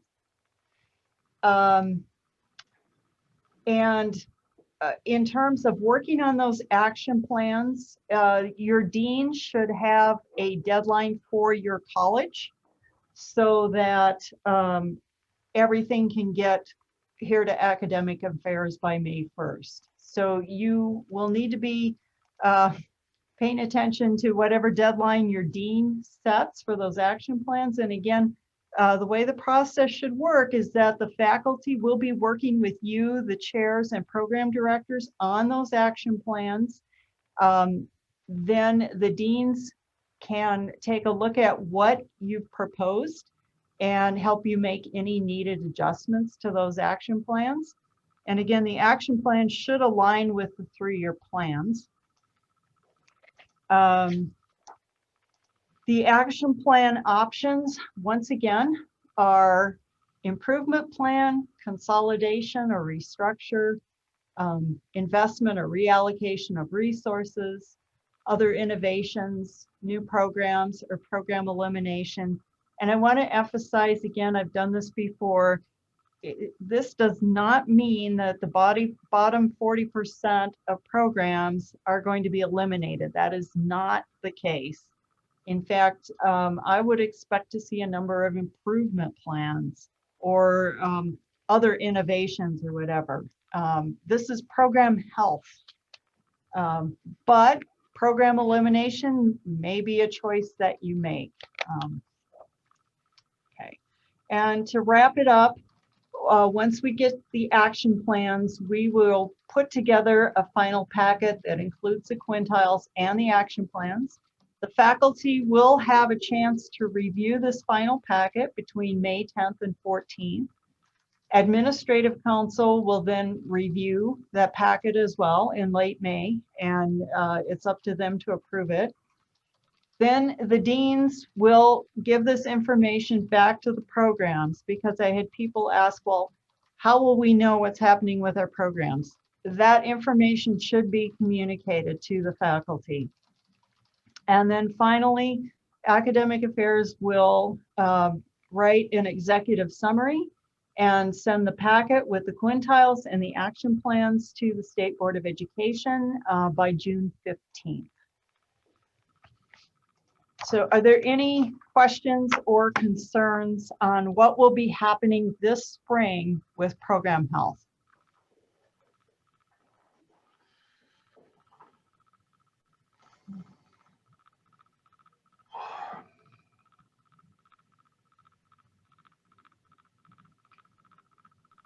I have a question, Joanne. Sure. For program health, will this be notified to just the programs that are in those quintiles, or will this be public knowledge for everyone to see how everybody ranks? Well, you won't know a rank other than which quintile a program is in. So within the quintiles, we're going to alphabetize the names of the programs. So you wouldn't necessarily know what rank you are. There's about 200 programs is what we have right now. So you would know if they were, in the top 20% or the bottom 20%, but within that quintile, you won't know where they are. Okay, thank you.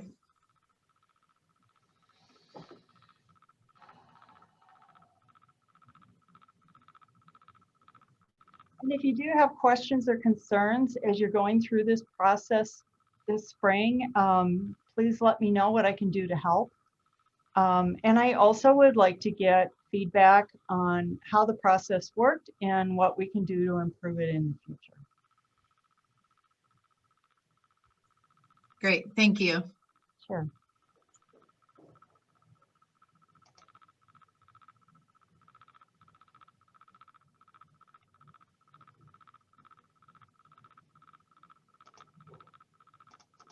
Any other questions, comments, issues? I just want to thank everyone for participating today. feedback was very, very useful. We appreciate the help with accreditation. It's really crucial to have your input. And I just thank you so much. And we will be communicating with you very soon, the deadlines for getting some of that information, but please know we truly appreciate it. It's a big lift with accreditation, and we just appreciate your cooperation and help so much. So, okay. Karen, do you have any last words? No, I just would like to reiterate what Joanne just said. This was great information for me, and we know it's a lot of work, but we certainly are grateful for it. So thank you very much. Okay, well, everyone, have a good evening.